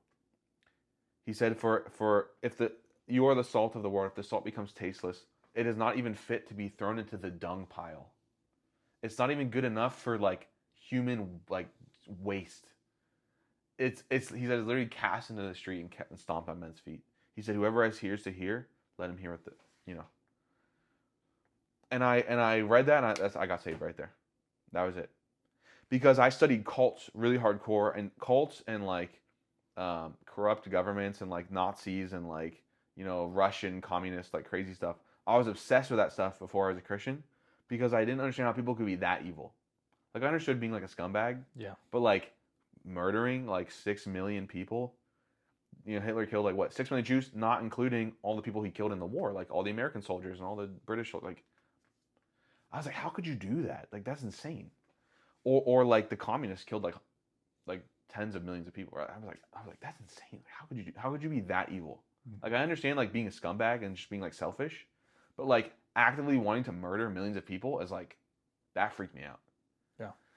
And so I'd study it obsessively, and cults also. I was like, how could you be that messed up that you're like abusing people? Like, I understand like not caring about them, but you're like torturing them for like personal benefit and like lying to them. Like, that was like insane to me. It freaked me out. So I'd study it obsessively because it was like, I don't know, it was just weird fixation. And then cults, this is how all cult leaders are. I've studied cults for years. One, it's all about sex, and they're just having sex with all their, and it's usually a combination of several, but one is sex. They're just having sex with all their followers. Power, they're manipulating and using all your followers to like get whatever they want. Money, they're just getting money from all their followers. Fame, it's just like some fame ego trip thing, right? Like sex, money, fame, power, or like drugs. They're using it to like get drugs and like be some crazy drug lord and like sleep with all these girls and like be rich and like feel like they're famous because everyone in the whole compound is like obsessed with them, right? It's like all your desires at like the most insane, like messed up level possible. Because you want to sleep with a girl, but do you want to like have some weird brainwashing scheme for like 100 women to like torture them and like rape them? Like, I don't. That freaked me out. But there's people who actually have done that in real life, and they're cult leaders. And so I'd study it like obsessively, like all the documentaries, all the like books and stuff, serial killers, stuff like that. But cult leaders, that's their whole thing. It's just like, it's all about me, and it's just abusing everyone for my benefit. And so I was like, okay, I think Jesus might be a cult leader. Like, I gotta check, because I don't believe in any religion. I think they're all cults. I think Hinduism is a cult. I think Islam is a cult, and I think they're all cults. So I'm studying Jesus, and he's like, don't hurt anyone. Not just me, but you. Like, not just what he lived, but what he taught to his followers. Don't hurt anyone. I was like, oh, frick, that's not a cult. Don't have sex outside of marriage. And you can only have one person. Right? That's in Peter, or Paul talks about you can only have one wife. Yeah, Paul to Timothy. In 1st, 2nd Timothy, he said that, leaders of the church can only be married to one wife. Jesus isn't having sex or sleeping around. So that gives the sex cult leader part out to him and to his followers. Money, because I was like, maybe they made Jesus look good, but then Christians are kind of crazy. But he's like, no, I don't do this, and you can't do this. You can't be sleeping around with prostitutes and stuff like this. You got to be celibate until you're married, and then you got your one wife, and you don't get divorced. That's it. I was like, dang, that's not the sex part. What about money? Jesus is poor the whole time, and he talks about how money is like meaningless, and if you have it, cool, but like that should never be your focus. And if you don't have it, that's fine. Like, you're still godly and you're blessed. and money doesn't matter. I was like, oh, frick. For him or for his followers. I was like, oh, dang. He said, power. The disciples are ego tripping, and they're like, bro, I'm better than you. I'm better than you. I'm better than you. I'm a better Christian than you. I'm a better Christian than you. And Jesus corrects them, and he says the Gentiles, the unbelievers, the non-Christians, whoever of them is strong forces their will on those who are weaker. He said that's what their leaders do. Whoever is strong is their leader, and they force their will on those who are weaker. He said it will not be this way with you. He said, whoever of you is first will be last, and whoever is greatest will be the slave of all. Just as the Son of Man came not to serve, or not to be served. He's the king of the universe, but he didn't come to be served. He came to serve and die for a sacrifice for all. Yeah. And so he's like, that's how I live, and that's how I want you to live. And so it's like, okay, it's not about power. It's not about money. It's not about sex. He says drunkenness is a sin. It's not about drugs. And it's not about fame. He would do stuff, and he would say, whenever you do good stuff, do it secretly. Don't brag about it. Don't try to get attention from it. He said, it's so interesting. It's this weird contrast. Matthew 5, he says, do your good works in front of men so that they will see it and praise your Father in heaven. Glorify your Father in heaven. And then right after that, like a paragraph or two later, in Matthew 6, he says, do not do your good works before men so that they will see you. He said, do them in secret. And so what he's saying is, if you can do something good and make God look good out of it, then do it. But if it's just to make you look good out of it, then hide it. And so he talked about giving money secretly. He talks about how the fake Jews, the Pharisees, they're just doing the right thing just to show off. They're giving money to show off. They're preaching so that they look good. They're praying so that they look good. They're giving money to the poor so that they look good. He's like, if that's why you're doing the right thing, then don't do it or do it secretly. The only time you do it public is if it makes God look good. And so it's not about any of that stuff. Oh, he took off all the 5 cult things. Not only did he not do, he said no one is allowed to do, him or anyone else. And I was like, this isn't a cult. Because there's no self. The whole thing is about self-sacrifice. It's not about self-benefit. It's literally the opposite of a cult. A cult is about a leader abusing everyone else to extract resources and love and fame and stuff from them. Mm-hmm. But he said, go backwards. If you're the leader, give everything to everyone else. And don't even get a reward out of it. Don't even get a benefit out of it. Like just sacrifice for them. I was like, this is crazy. I was like, I think he's freaking right. I've never heard anything like this in my life. Yeah. And I think he's right. And I was like, but it can't be true unless it's worth dying for. Because people died for Hitler. And he was an idiot. Unfortunately. So if this is the truth, because again, I'm looking for why am I here? What is my purpose in my life? If it's true, it has to be worth dying for. People die for their country, for countries that don't even exist anymore. You know what I mean? People died for Rome. Rome's gone. If Jesus is right, that has to be worth dying for. And he says here, you must hate your father, your mother, your sister, your brother, and your own life. So it means it's worth giving up everything for. Now that doesn't mean we always do that, right? That doesn't mean some old Christians, they used to think like you had to be homeless and like beat yourself. Yeah. Those are like some of the ancient monks, right? And God bless them. Most of them didn't understand. They weren't like heretics. They just didn't understand. Like the first one, St. Anthony, he was illiterate and he couldn't read the Bible. So he went off of his limited understanding. Great guy, loves God. I'll see him in heaven. God willing. Because it says, let no one say who ascends and who descends. But as far as we know about him, he was a good dude. He just didn't understand. That specific part about you don't have to torture yourself to be a Christian. So that verse isn't saying you got to be homeless and you can't own anything or you're not my disciple. What he's saying is if God asks you for it, you have to give it up.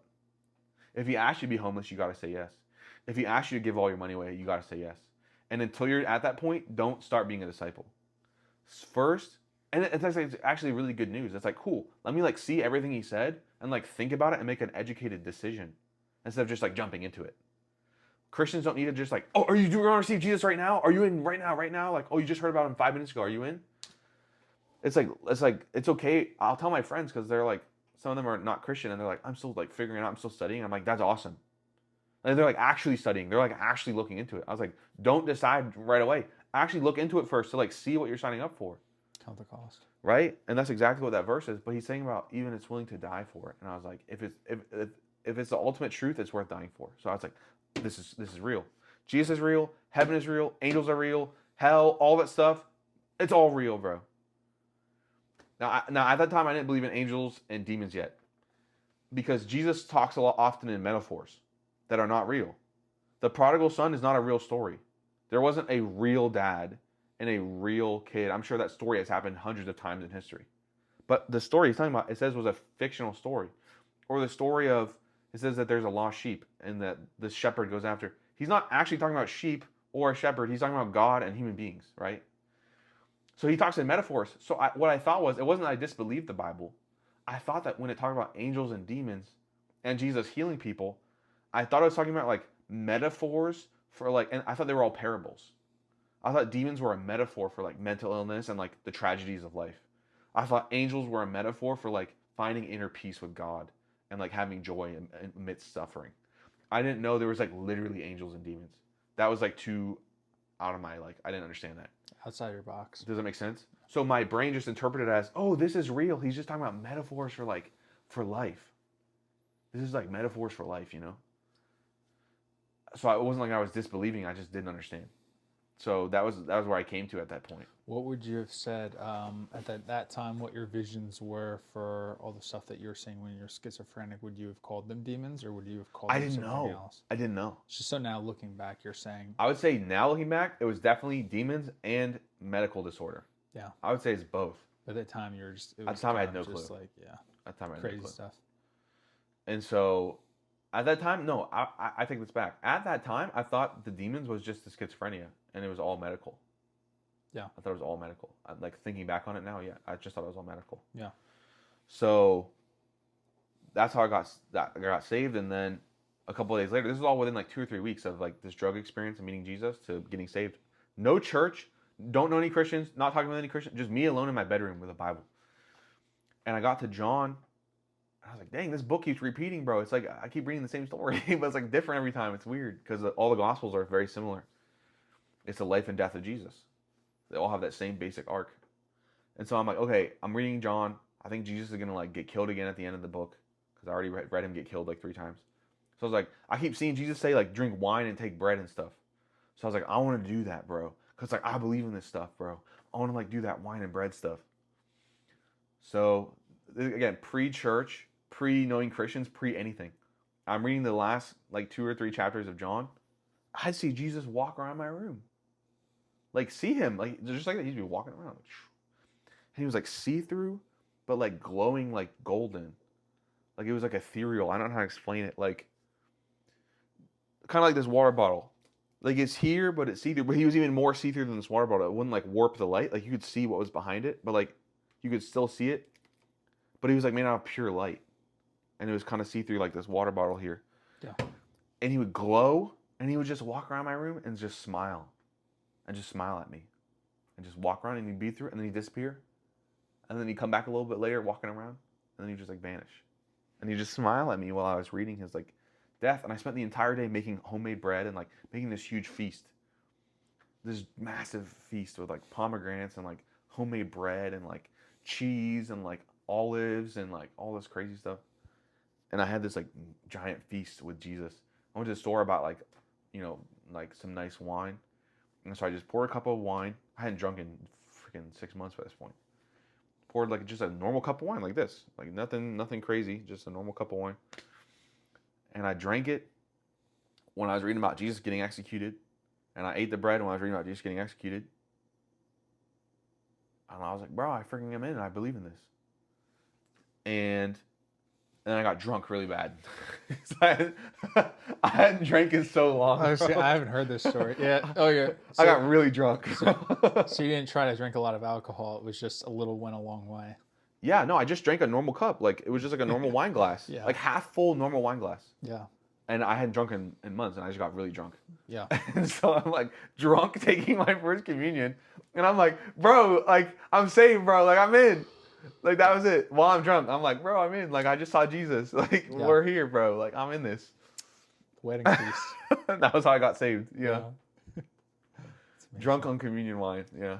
And so I know that was a long answer. And thank you so much for sharing that with me. I've heard a lot of that before, but some of the parts were new. So yeah. That paints more of a picture for me as well. the original question was how do, how do we reconnect at the young adults? So if what from that point to the young adults, Yeah. you said I think previously. Oh yeah. So do you want the quick version, the short version, and the long version? Probably the quick version. Okay, that's fine. 'cause That's fine. I don't know how. No, it's good. Yeah. I'm chill. It doesn't Yeah, upset me at all. Yeah. So Fast forward. I go through a year. I'm working with the homeless for a year. I get to ego crazy psycho mode, and I think I'm the best Christian ever because I'm like helping all these homeless people. Because I'm like, look, I did what was in the Bible, and then I realized that I got worse than I ever was before, more ego than I ever was before.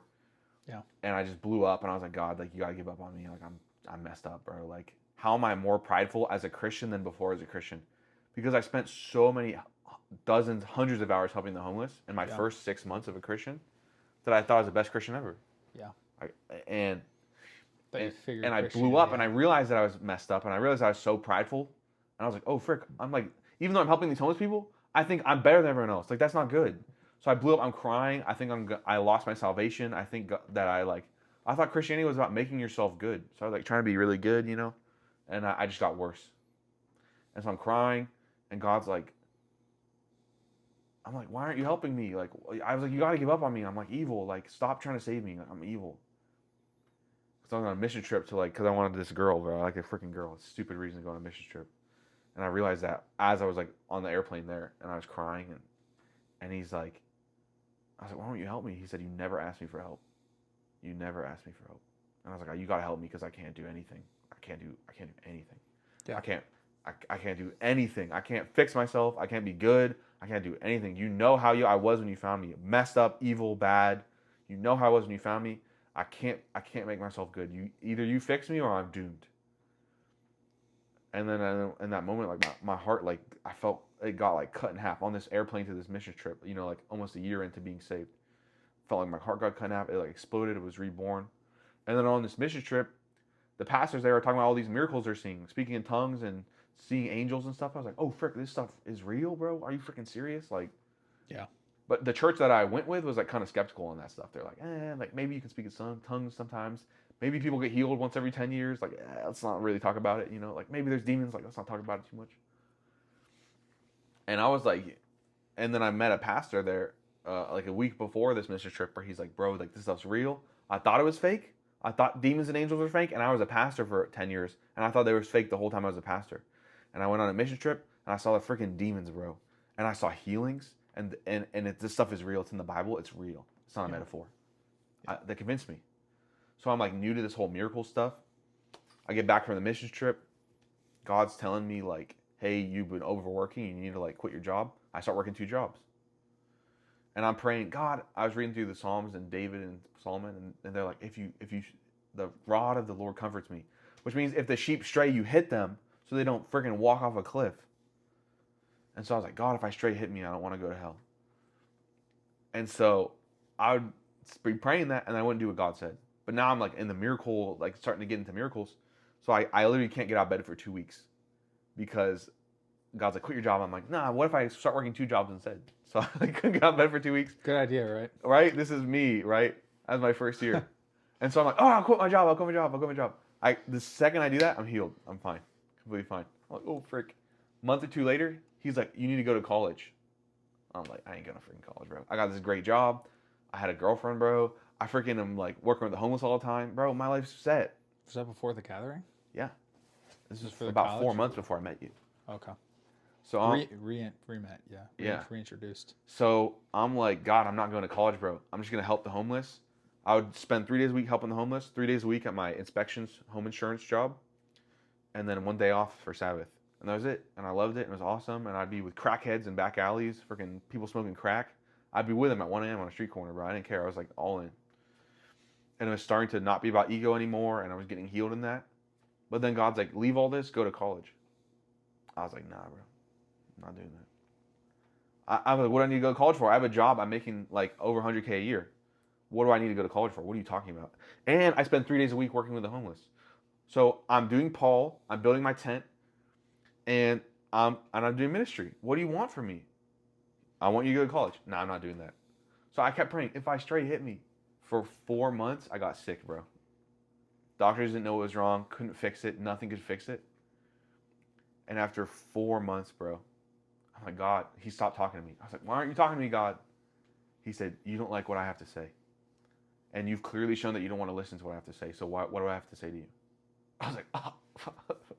I was like, I'm serving you. I'm helping the homeless constantly and giving like all, like I gave away like half of what I owned to the homeless. What do you mean I'm not? I'm serving you. And he says, you serve me, but you don't obey me. You serve me when it's what you want to do, but when it's what you don't want to do, you don't listen to me anymore. That's service, but that's not obedience. There's a difference. You serve me, but you don't obey me. And I was like, I want to go to college. Yeah. He said, make your decision. He said, if you wait 7 years and you ask again, what do I want you to do? I'll say college. It's never changing. You're not getting out of this. I was like, oh my gosh, bro. I was like, fine, I'll go to college. This is right when I start going to praise. Okay, so 4 months later after saying no to God, this is like mid-December. And so I start researching colleges. And I was like, they keep saying they're like a denomination or something. What the frick is a denomination? I don't know any of this stuff. So I'm researching. What denomination, church, school should I go to, you know? And one of the denominations is like Pentecostal. I was like, what the frick is a Pentecostal, bro? The frick? Oh, they believe in miracles, bro? I freaking believe in miracles now, bro. I believe in that stuff, bro. And so most churches don't. 75% of Christians do not still believe in God's still working with miracles today. That's too bad. Like in a common way. Some Christians are like, maybe once in 100 years, you know, like a saint does a miracle, but like as part of your daily life, absolutely not. That's like 75% or less of Christians, according to Pew Research. So I was like, bro, I freaking believe in miracles. So if I'm going to a Christian college, they got to have believe in miracles, bro. Because most of them, if you go to their like what we believe, it will be like, yeah, we don't believe in that stuff anymore. I'm like, I'm not going there. They're gonna think I'm crazy. Like, yeah, 1 Corinthians 12. And so I'm like, but I gotta study these denominations. Let me visit their churches. And so during that time, I'm studying denominations for college, and God says, go to a Pentecostal church. So I could just go to Google. I type in Google, Pentecostal churches. Yeah. And there's like the Pentecostal church of our city, Pentecostal church of XYZ, and then it says Praise Community Church. And I was like, let me check out this Pentecostal church over here. It says Pentecostal on the building. And I just felt so strong, like, no, go to this one called Praise Community Church. And I was like, okay, you know, cool. Like, let me check out these Pentecostals, bro. So I go the first time, and they're like, yeah, you know, come up if you need healing. I'm like, I still like I was like 50-50 into like the miracle stuff. I was like kind of believing in it, but I was like kind of like, you know, like only a little bit, you know? So he's like, come up if you need healing. I'm like, it can't be that easy, bro. What the frick? And so I was like, well, I'll go back and pray for that or whatever. Well, let me just see what they have to say, you know? So I go back. They have this prayer room back there. I go back, and it's the pastor, Pastor Adam. He's there as my prayer guy in the prayer room. And he's like, hey, what's up, bro? Like, what can I... You know, he doesn't talk like that, but I'm just using my vernacular. He's like, what's up? Like, what can I do for you? What can I pray for you for? He's so kind. You know, such a good guy. And he's like, what can I pray for you for? And he's like, I was like, you guys talking about healing and stuff? I was like, what the frick, bro? What the frick are you talking about healing? He's like, yeah, bro, we just pray for people, and God usually heals them. You know, he's like, we get about 10 healings a week. I was like, what the frick? He's like, do you want me to pray for you for healing? I was like, no, bro. And I left. I got out of there. I was like, these people are crazy, bro. What the frick? That was kind of my first reaction. I was like, these people are crazy. And so I left, bro. Yeah. But the sermons are so good. You're sitting so tall right now. Wow. And so I left, right? Yeah. And I go home, and I had bad anxiety since I was a kid. I couldn't talk in public. I couldn't make eye contact with people. Like, I had a stutter, like, bad, since I was 9. Yeah. And I did a lot of preaching and evangelism, you know, on the streets and stuff. And so I was like, I go home that day after talking with Adam, and I was like, God, I said, if you still heal people, which I didn't believe in, I said, if you still heal people, I don't need this weird guy at this weird church to pray for me. This centurion, he said, you don't even need to come to my house. Just say it's healed, they're healed, and they're healed. I said, if you still heal people, I don't need this weird guy at this weird church to pray for me. I'm just going to ask you, and if you still heal, then please heal me. Then please heal me, because if you still do it, I don't know. But I don't want this friggin' weirdo because I thought they were crazy still, you know? And it's an so adjustment. I prayed for the anxiety. I said, God, and I prayed, like, I still didn't understand that God loves us. So I was like trying to pray, like, only what would benefit God. God wants us to do both. We put him first, but he still loves us and wants to bless us. I didn't get that. So my prayer for healing was only like not to make me feel better, just for you, God. Which is like, as a warped understanding of his love for you, you know. I didn't think he loved me, honestly, at the time. So I was like, okay, we'll only pray for God. So that God, if I benefit from this, it doesn't matter. Only for God. God wants everyone to benefit, but mostly him. Like first himself, but also everyone else. He's that nice. He's wonderful. And so I was like, heal my anxiety because it's not good for you. Because you've asked me to preach, but I can't because I can't do it well because I have really bad anxiety. So he goes and he heals me, bro. Not that day. I pray that. God, heal me. Please heal me, God. You know? I was like, at nighttime, I go to bed, nothing. I wake up the next day. I go to the grocery store to buy groceries. I'm not thinking, I just forget that I even prayed this. I'm just like, la, la, la, la. I guess it didn't work. Oh, well, la, la, la, la, la. I go to buy groceries. I talk with this like 40, 50-year-old lady at the cash register. I don't remember how old she was, but it was some lady at the cash register. For like 15 minutes. Just chat with her. 10, 15 minutes. I had not done that in my entire life. I made eye contact with her. My stutter was gone. I had no anxiety. I just chatted with her like normal, like how we're doing right now. No issue. I had not done that in my entire life, and I was 22 at the time. 23. 22, 23, somewhere around there. And I was like, what the frick, bro? I got healed. It's gone. It had never been gone. I chronic anxiety my entire life. It was gone. It was gone.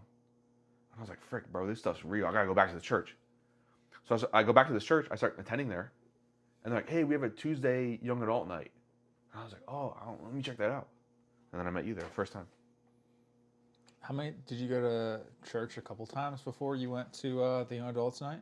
Maybe like 2 or 3 times. Okay. Not a lot. Yeah, because I hadn't seen you before. I only went like 2 or 3 times. Yeah. Yeah, I remember when... So, for me, it was like, okay, I hadn't seen you in... Would we say 7 years at that point? Something like that? Been a while. It was like all of college. Since I was 16. Yeah, so for me, senior... So from 16 to 23 is 6 years, right? Am I wrong? 7 years. Yeah, so yeah, it's been 7 years. So it's been a while, and I've been going to that young adults group whenever that month was for at least several months by that point. Yeah.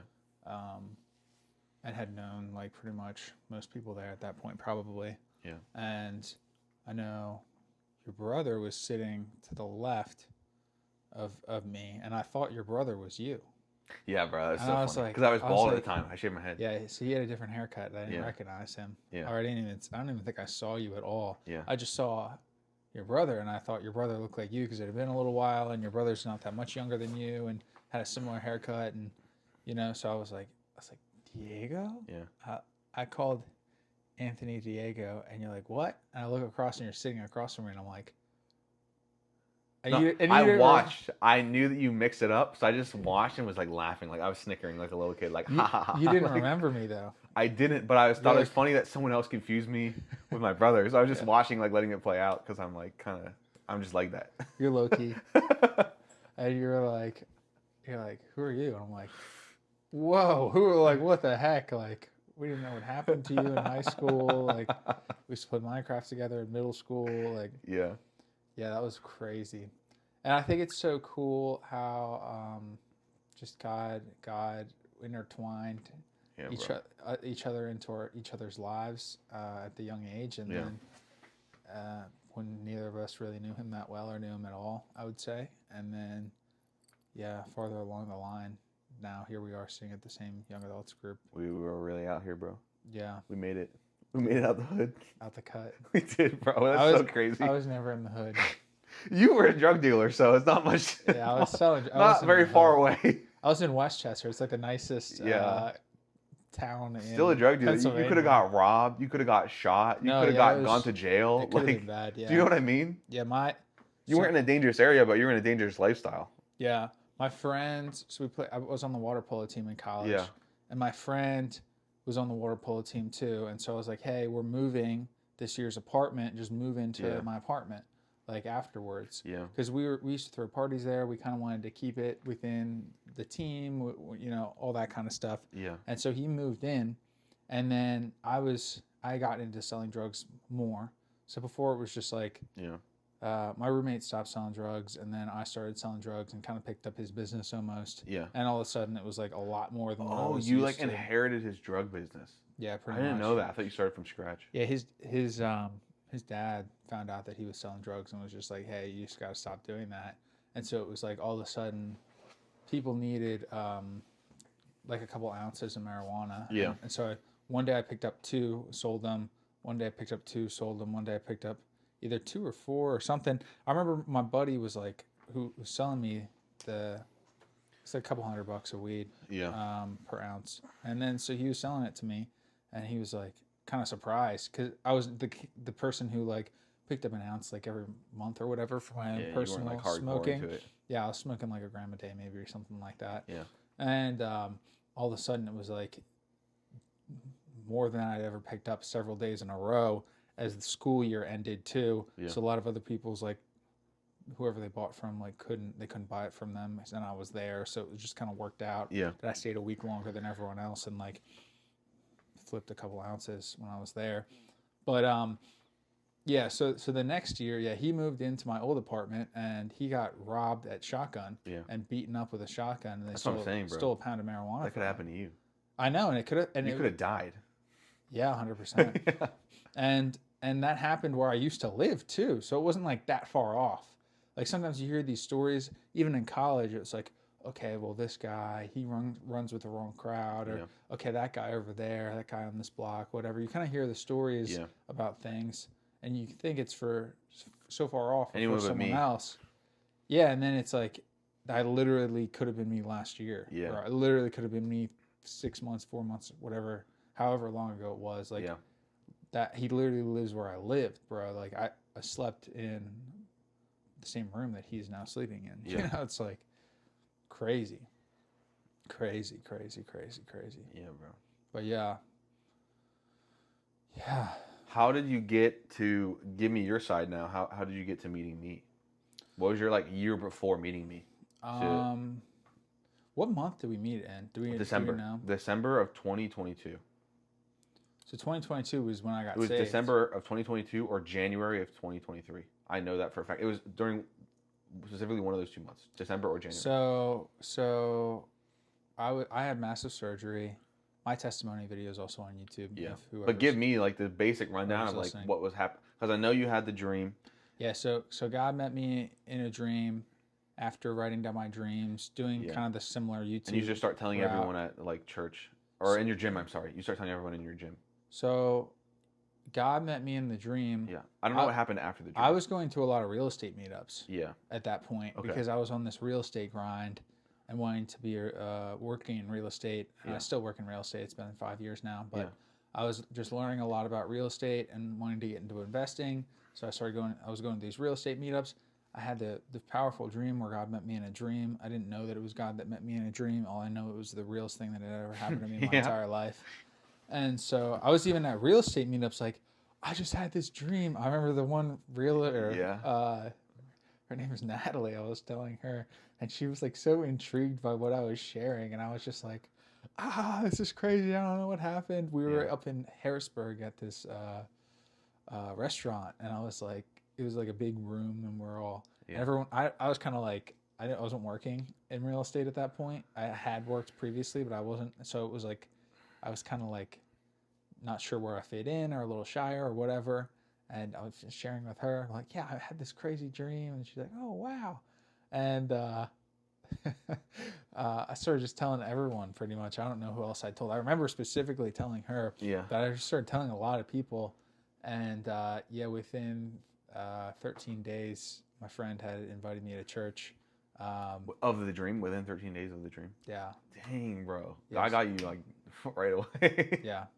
So, and I had previously gone to church with him when I was 10. Yeah. And so it was like kind of full circle. And he also was at my university at the same time, walking out his faith. So I started going to Praise. It was the first church I went to in York. Yeah.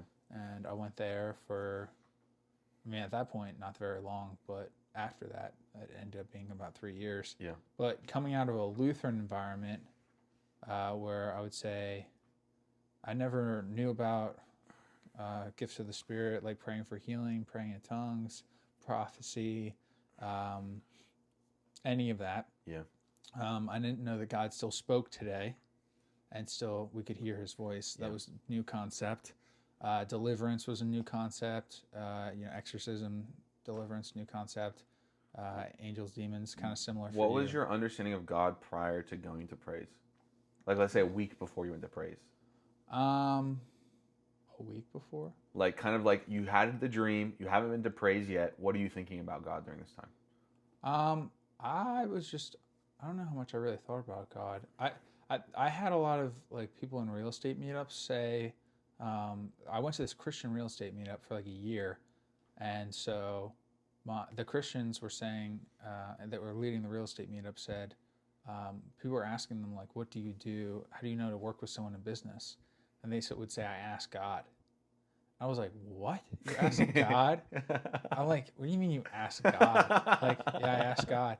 And then they were saying, they kept saying like, are you being the man that God made you to be?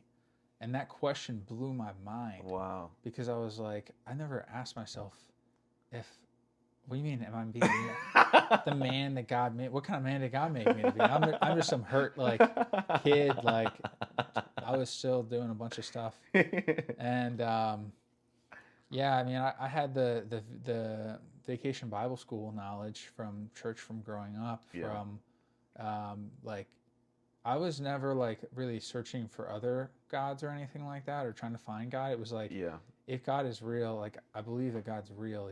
He's Jesus. I believe that. I wasn't necessarily on the He's the only way kind of a thing. He's but a way type of like. It was just like, if God, I believe in God and I believe that God is Jesus, but it wasn't like I would really consider myself like to be following Jesus or to really know what His teachings were necessarily. Yeah.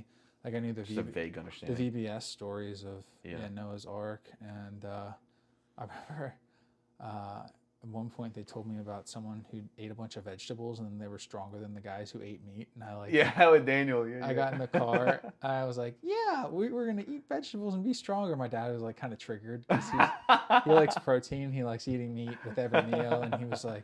He's big on cutting out bread, and he's like, "You're not gonna be stronger if you eat vegetables." And I was like, "Yeah, we're gonna do that." So just a children's understanding of the Bible. Yeah, and then when I was 15, I might turn from God because I got suspended from high school for 10 days, and then we brought my pastor to the school board hearing, and then they tacked on another 13 days, and I was just like, if God can't get me out of this, like, what's the point of God? Like, what's the use? Like, and I was really upset, and I was really hurt, and I was really you didn't give me what I wanted. Yeah, angry and confused, and but you're just a kid. Yeah, you didn't know. Yeah, I was the same. I left the faith because my dad didn't come back. He abandoned my family, and I just prayed, God, bring my dad back. He never came back. It's almost the same thing for me. Yeah, and then I get bullied, and he didn't help me either. So I was like, God, where are you? Are you there? Yeah. So okay, so you're like thinking about like, what man did God make me to be? You're like, I had this dream. What the frick does this mean? Like. Yeah, but I was also. But you're not like searching God at this point. I was at the point of complete. Now looking back, I would say complete repentance. Okay. But I was at a point of, I will do. You don't got what do I have to do, and I'll do it, and I'll get better. Yeah. So it was just a self-improvement journey for at least a month and a half. Yeah. Like I was like sunning. I would wake up and I would get out in the sun and lay out in the sun for like 10 minutes every morning, and I was physically like improving, like injury-wise and health-wise, because I was eating a lot better. I changed my diet. I started taking like magnesium and protein and doing all this. And my friend at the time, I try not to say a lot of people's first names, but my friend at the time from college, because I don't know how people feel about their names being said. That's fine. I get it. I don't know how many people I do it by accident. See this. Yeah. So my friend from college, I had like a falling out with a lot of my roommates, but my friend from college that was like the one friend I stuck with, he was Catholic. So he had his relationship with God, and he, him and I were like both young and out of college, and didn't have a lot of money, and were trying to learn about real estate and going to these Christian real estate meetups together. Yeah. And then he was sharing his faith more and more with me too. And I was like, also just a lot of ideas, because I had a lot of, that was during the time of COVID and everything. I had a lot of opinions about COVID and perspective about COVID and fear about that and different things. So I was just learning to question more things about just like, what is going on around me? What is life about? What is, what do I really think, now that I'm kind of growing into my own. It's not my parents. Like, my dad was Republican, my mom was Democrat, so I kind of always was. I didn't know your dad was Republican. Yeah, so it was more so my mom's belief that I came into, Democrat. So I was kind of always able to ask the questions or have like an open mind. It wasn't just like, this is the only way, but sometimes it kind of felt like that. Yeah. But go back. What was your question? So you're kind of on your self-improvement journey. Yeah. A dude invites you to praise. Yeah. And then what happens from there? Oh yeah, I went to praise. I went to church, and I remember asking him. I was like, okay, do your parents go to this church? He's like, no. And I was like, so like, do you like? What do you mean your parents don't go to this church? Like, do you just go like alone? I was like, do people from high school go to the church? And he's like, oh no, I haven't really seen anyone. I'm like, how does no one from like school or from our area go to this church that's in the area, and your parents don't go there? Like. And it was actually a new church for him too, of only three weeks or so. Wow, bro. So it was like the fourth week or something, third or fourth week, and he's inviting me because he was at a different church and met with our other friend, and then started going to that church. So it was like new to him, new to me. It was kind of like newer things that he was kind of learning about, the Holy Spirit and spiritual gifts and different things too for the first time. And someone went back and laid their hands on me and prayed for me and put their hand on my shoulder, and I was freaked out and. I was like, I'm never going back there again. Wait, what happened during that time? I was just like... Why'd they put their head on your shoulder? I've never heard of that. Hand. Oh. Hand. Okay. So, no, that would be strange. They like start crying. It's like, no, put their head on my shoulder. That would be weird. That would be weird for me. That would weird anyone out. That would still weird me out. I'd be like, are you mourning for me? Like, is there something that... Are you okay? Yeah. So they just like did the normal pray, lay on hands, and you're like...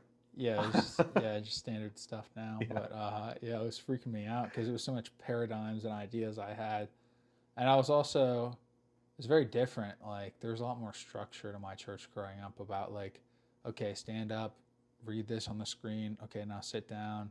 Okay, now stand up. Now sing this song. But no one was like singing the songs because they were happy. It was kind of like singing the songs because they had to, and it was like, okay, now turn around and say, peace be with you, peace be with you.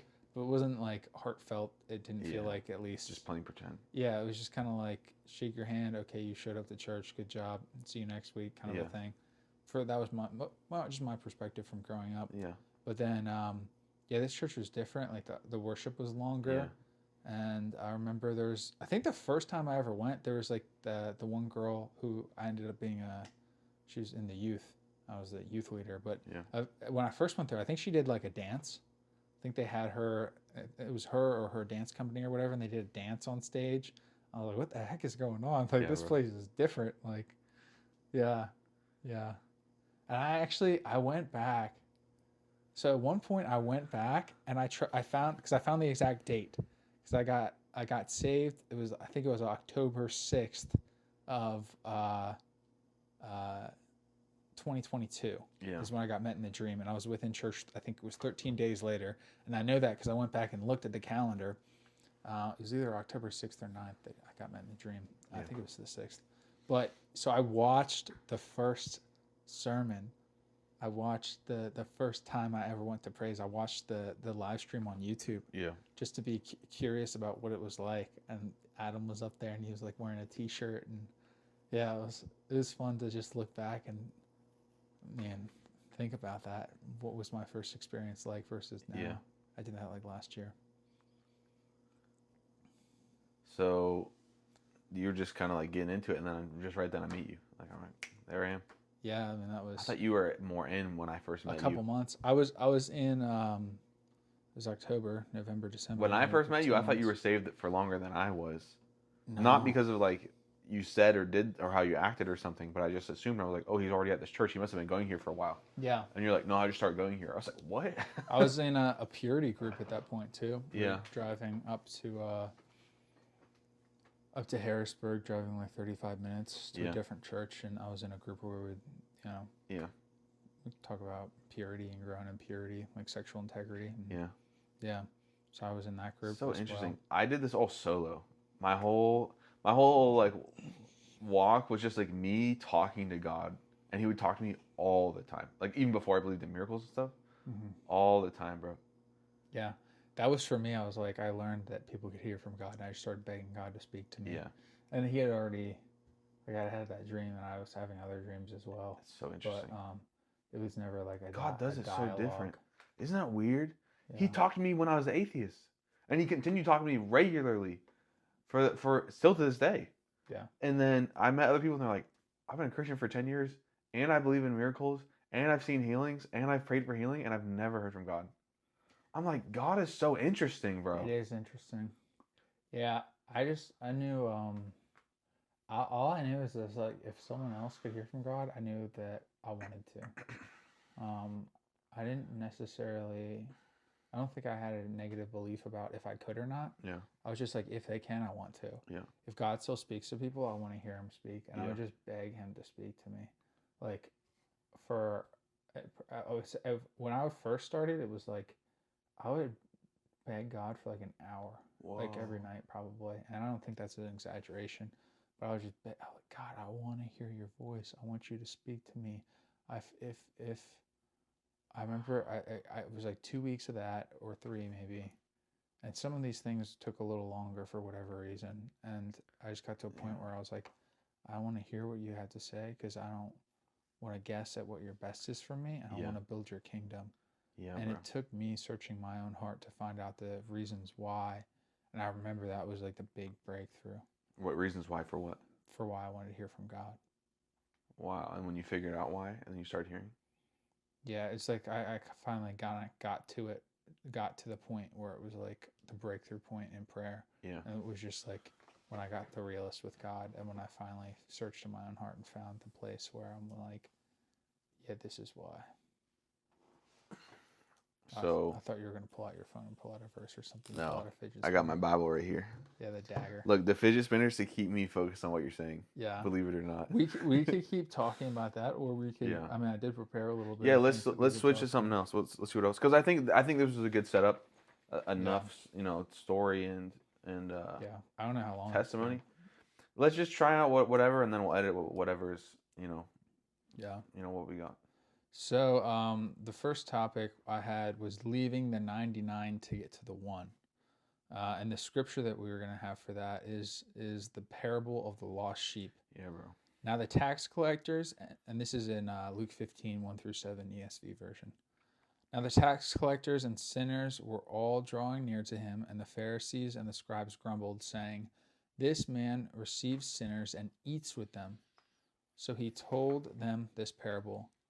What man of you, having 100 sheep, if he lost one of them, does not leave the 99 in the open country and go after the one that is lost until he finds it? And when he has found it, he lays it on his shoulders, rejoicing. And when he comes home, he calls together his friends and his neighbors, saying to them, "Rejoice with me, for I have found my sheep that was lost." Just so I tell you, there will be more joy in heaven over one sinner who repents than over 99 righteous persons who need no repentance. What a classic, bro. Yeah. What's interesting is that is right after what is, in my opinion, one of the most brutal verses in Scripture, which is, whoever does not forsake everything he has cannot be my disciple. Whoever does not hate himself and everyone he knows cannot be my disciple. Whoever does not pick up his cross daily cannot be my disciple. Right after that whole section, the very next sentence, because there's no chapters, divisions in the Scripture. That's like an artificial addition just for like categorizing verses. It's very effective. It's efficient, but it's not it doesn't narratively separate, structures. It was all one continuous text. Each book, Luke is one continuous text. So right after Jesus is talking about you have to forsake everything, you have to hate yourself, meaning put me over you, and your family, you have to pick up your cross. Right after the very next sentence is he says, and if you get lost, I'll always come after you. Yeah. Even if you're messed up, even if you're crazy, even if you're bad. Right after that is the story of the lost coin and then the story of the prodigal son. And so it's intentionally paired together, back to back. Yes, that Jesus asks a lot from us, but there's infinite forgiveness. There's infinite do-overs. There's infinite grace. Like I don't know if I'm using those words technically, but what I mean is you can always get back up pretty much. Yeah. You fall down, it doesn't matter. You're seeking God and then you freaking cheat on your wife and you get back into drugs. Just come back. Just start over again. Yeah. He's not like, sorry, bro, sorry. You can't come back anymore, bro. You only get one chance. Oh, I was searching God and I lost my way. Oh, God's like, you're out, bro. Sorry. Yeah. You gotta be perfect the whole time. He's like, I'm asking this of you, which is like everything. I'm asking everything of you, even your life. Like the apostles got killed for Jesus. Like he's asking everything from us. But even if we don't give it and we fail, or we start giving it and we fall down, or we fight him the whole time before we even start, there's infinite do-overs. Even if you go, and not only like are you allowed to come back, but like he'll even hunt you down. Yeah. Even if you're the problem. Yeah. That's what's so crazy about that verse. I was on drugs, freaking blowing random dudes down the grinder and like freaking robbing people. And he came to me while I was on drugs. I wasn't looking for God. I wasn't looking for morality. I wasn't looking for like ethics I wasn't looking to be a good person or even my own search for my meaning of life was all about me. It had nothing to do with anyone other than me. It was just, how do I fix my life so that I'm happy, even if I have to hurt people to do it? Yeah. And in the middle of that, he showed up for me. It was nice to me. He told me he loved me and he hugged me like multiple times. Yeah. And that's what he's like. He's crazy. I felt like I was learning a lot about that scripture when I was out in Germany. Yeah. We were on a mission trip and we were going out and trying to find people and tell them about Jesus. And they had this specific location that we would go to every day. So we'd like get up early. I'd scooter like 30 minutes to go to this church, and then we'd get up and go on a train, and then we'd train somewhere. And so it's like it's a lot of invested time to like go to these locations. And a lot of these locations we went to, there was like not that many people there. Yeah. And it would be a whole team of like 8 of us in a little group. And we would get there and there would be no one there except for like one person. Yeah. And one person would get saved or talk about Jesus or, would come back with us on the train, like come follow us home, not realizing where they were going because they were so captivated by what we were sharing with them. Yeah. That they were like, oh, wait, I went 20 minutes on a train in the wrong direction because I was just talking to you about Jesus and I didn't even realize it. And I was frustrated because I would have friends that would go into the city. They'd be like, yeah, we preached. And there was like hundreds and hundreds and hundreds of people that heard us. And it was amazing and blah, blah, blah. And I was like, dude, like, and I was reminded of this scripture. And I'm like, this is Jesus. He leaves 99 to get to the one. Yeah. And it was like day after day after day. It was like, all right, 4 or 5 days in a row of this. And now it's 2:00. And now we have to go back to this other place and do this other thing. But it's like, no, that's what Jesus would do. He's like, no, I'm going to leave everyone. I'm going to go to this place where there's no one except for one person. And because I want to go after that one person, I would leave all 99 to go get to them. Yeah. Yeah. And even if they don't come back, like even if they're like, nah, I'm good. Yeah. I mean, that's the crazy thing. We see that in the Gospels is he's talking to people who are rejecting him left and right. Yeah. And we go out just for the one. It says Nicodemus met Jesus at night alone. And he's like, well, Jesus, what do you have to say? And Jesus is like, well, this, and this. And he's like, Jesus, that's stupid. Basically, right? Like, that's the implication. He's like, Jesus, like, you're freaking don't know what you're talking about. Yeah. And Jesus is like, you're wrong. Yeah. And he's like, oh. And then he leaves. And he doesn't receive what Jesus said in that moment. He comes back 3 years later. At the end of the Gospel of John, it says Nicodemus spent like $300,000 in modern equivalency on his burial. Yeah, with like flowers, and stuff like that for his burial. Yeah. So probably got saved. That's the implication is like, How do you spend $200K on a dude's burial that you don't care about? You know, like Nicodemus probably got saved like later, but not in that moment. Yeah. He rejected Jesus in that moment and came back later. And I've had to do this because when I was working at the homeless shelter, I used to preach there a bit before I worked there, actually, back when I was a volunteer. And I read that exact same verse about he goes after the lost sheep. And I preached it. And some dude comes out to me, you know, like sometime within the next week of during that time. And he's like, man, a homeless guy, right? He's like, man, I'll say his street name, Wolf. I don't even know if he's still alive anymore. But this guy named Wolf. He's like, man, I should have listened to what you were saying, but like, I felt too embarrassed because you're younger than me. This guy's like 40, 50. He's like, but I should have listened to you. And he's like, come talk to me. So I'd go out and hang out with the guys in the cigarette yard.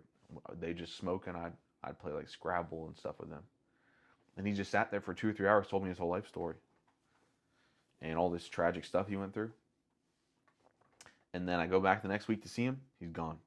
I'm like, what happened? I'm asking around. They're like, bro, he freaking beat someone up, and so he got kicked out of the homeless shelter. I was like, I have to go find him, bro. I just preached. He goes after the 99, leaves the 99 for the one, and then here I am. I don't want to do that. Yeah. I can't preach this stuff and not do it. That's psychotic. Yeah. Don't preach. If you're not going to do it, don't preach it. And so I was like, I got to go find this guy. So I start asking around. I get his phone number. He's living in like the worst part of the city, in like an unfinished house that he's like building under the table, and then the corrupt like construction company guy lets him live in this unfinished house for free, because he's like paying him under the table for like less money than it would cost to like hire a legit construction worker. And so I meet him in this like back alley, bro, in an unfinished house. We go in. This is where I first meet him, like after he's been kicked out of the homeless shelter. We go in. There's like no electricity. There's no wiring. There's no toilet, nothing. And the door's unlocked. And so he's like, hey man, it's good to see you, bro. And he like invites me in the house. He's like, oh my gosh, bro, the door's unlocked. I think someone broke in. And so he like starts screaming like, get out of my house. Get out, like running the house. Get out of my house, right? Oh my goodness. No one is there. Yeah. I'm freaked out. We finally get in, and he like locks the door. And he's just like sitting there on like a floor. There's just like a blanket on the floor. He's like just like lives on like this wooden floor. And he's like smoking weed. And he's like, yeah, man. He's like, yeah, and tell me how he lives there and stuff. And I was like, what do you guys do? Like, we could have like called the cops if there was like a criminal here or something. And he was talking about how he's like, yeah, man, every time I'm trying to sleep, I just keep freaking hearing gunshots all the time. I'm like, what the frick? I was like, do you ever call the cops? Like, if you're hearing gunshots every night? He's like, nah, man, we don't call the cops here. Like, never. Even if we needed it, we don't call the cops here. So I was like, what the frick, bro? Where am I? What the frick? Yeah. So I went with this guy, and I just hung out with him for like another couple hours. And I'd visit him there a couple times. Every couple weeks I visit him. I'd take him out to Denny's, and he was kind of like, he like wanted God, but he didn't want to go all in. He didn't want to be a disciple. And so he would keep listening to me. He listened to me talking about God, but he'd also rob me all the time. I didn't know what I was doing. I was 22. I was like 6 months saved. That no one was supporting me. Like my church thought I was crazy because I said like I heard from God. That was like, oh, don't talk about that. Oh, it's too much, you know. And even then, I don't even want to judge them on that. You know, they've grown a lot in that, and there's been healing in that place. So I forgive them, you know. But that's where they're at, you know, 4 or 5 years ago. And so I didn't have any support. And so I just didn't know what I was doing, and they weren't helping me. So I'm out helping this homeless guy. He would rob me every couple weeks. And then through him, and he was like a gang member on the streets, like some weird homeless gang. He had like killed people before. He had like just done all this crazy stuff. And then one day he calls me. God did so much through this interaction. This guy didn't end up getting saved when I was with him. Who knows now? I haven't seen him in years. I don't even know if he's still alive. He's like a crackhead. But he calls me after I've known him for like a couple months at like 5 a.m. in the morning. He's like, dude, this dude freaking molested one of my daughters, and I'm out in front of his house right now to kill him. I was like, what the frick, bro? This is like 6 months into being saved. I was like, what the frick? Why am I supposed to say this guy? I'm 4 a.m., bro. What the frick? So I'm like, bro, I was like, you can't kill this guy. Like, what the frick? I was like, just call the cops on him or something. Like, he's like, nah, man, F this guy, bro. He freaking raped my daughter. Like, you think I'm gonna call cops on him? He's like, are you saying it's okay what he did to my daughter? I was like, no. Like, obviously, I was like, at first, I was like, bro, you can't kill this guy. Like, you're gonna go to jail. He's like, I don't care. I'm like, if you kill him, like, you'll feel like bad about it. He's like, I killed people before. It never bothered me. I was like, oh frick, this guy's not joking, bro. This guy's not playing games right now. Yeah. And then he's like, are you saying it's okay what he did to my daughter? And I was like, all right, I'm done trying to like convince this guy with like human wisdom and logic. I'm just going to the Bible. I was like, bro, I was like, what this guy did to your daughter, he should not go to jail. He should be tortured in hell for eternity. This is what the Bible says. So I was like, that's not why I'm telling you not to kill this guy. What I'm saying is, you are also evil. And you are not good enough to judge this man. That is God's job and only God's job. Your responsibility is to take it to the police and let them deal with it legally. This man deserves not just to die, but to burn in hell forever. But that's not your decision to make, because you're also evil. That got him. All the other convincing, all the other appealing to his ego, appealing to his emotions, no effect on him. As soon as I said, you're evil too, and so you can't judge him, got him. That got him. Because it's just the word of God. It's more powerful than trying to convince people with logic. That's why this evangelism that's like seeker friendly, it doesn't work. Because what convicts people isn't their feelings and their emotions. It's right. Like, did it make sense to you when God talked to you and said your life was garbage? Does that appeal to your emotions? You're like, oh, I want to go to church now. But it was real. So it got you, right? It hooked you because it was real. The truth is better than our feelings. And so I just started telling him the truth. And I was like, bro, you just have to trust that, like, he's like, oh, I've called the cops on people before, it didn't work. I was like, you just have to trust this time. What do you know? You don't know. I was like, look, don't kill this guy. But look, if you think I'm an idiot, you can kill him later. You should not. God is going to like not go against you if you freaking kill this guy. But even if you think I'm an idiot, just try it out. Worst case scenario, the dude doesn't go to jail, and then you get to do your evil thing. And this wasn't me encouraging him or like saying, hey, you can do this. But it was like, yeah. At the end of the day, if you think I'm an idiot and you think God's not real, if you try out my good advice, it's not preventing you later from being an idiot and killing this guy. And he's like, fine.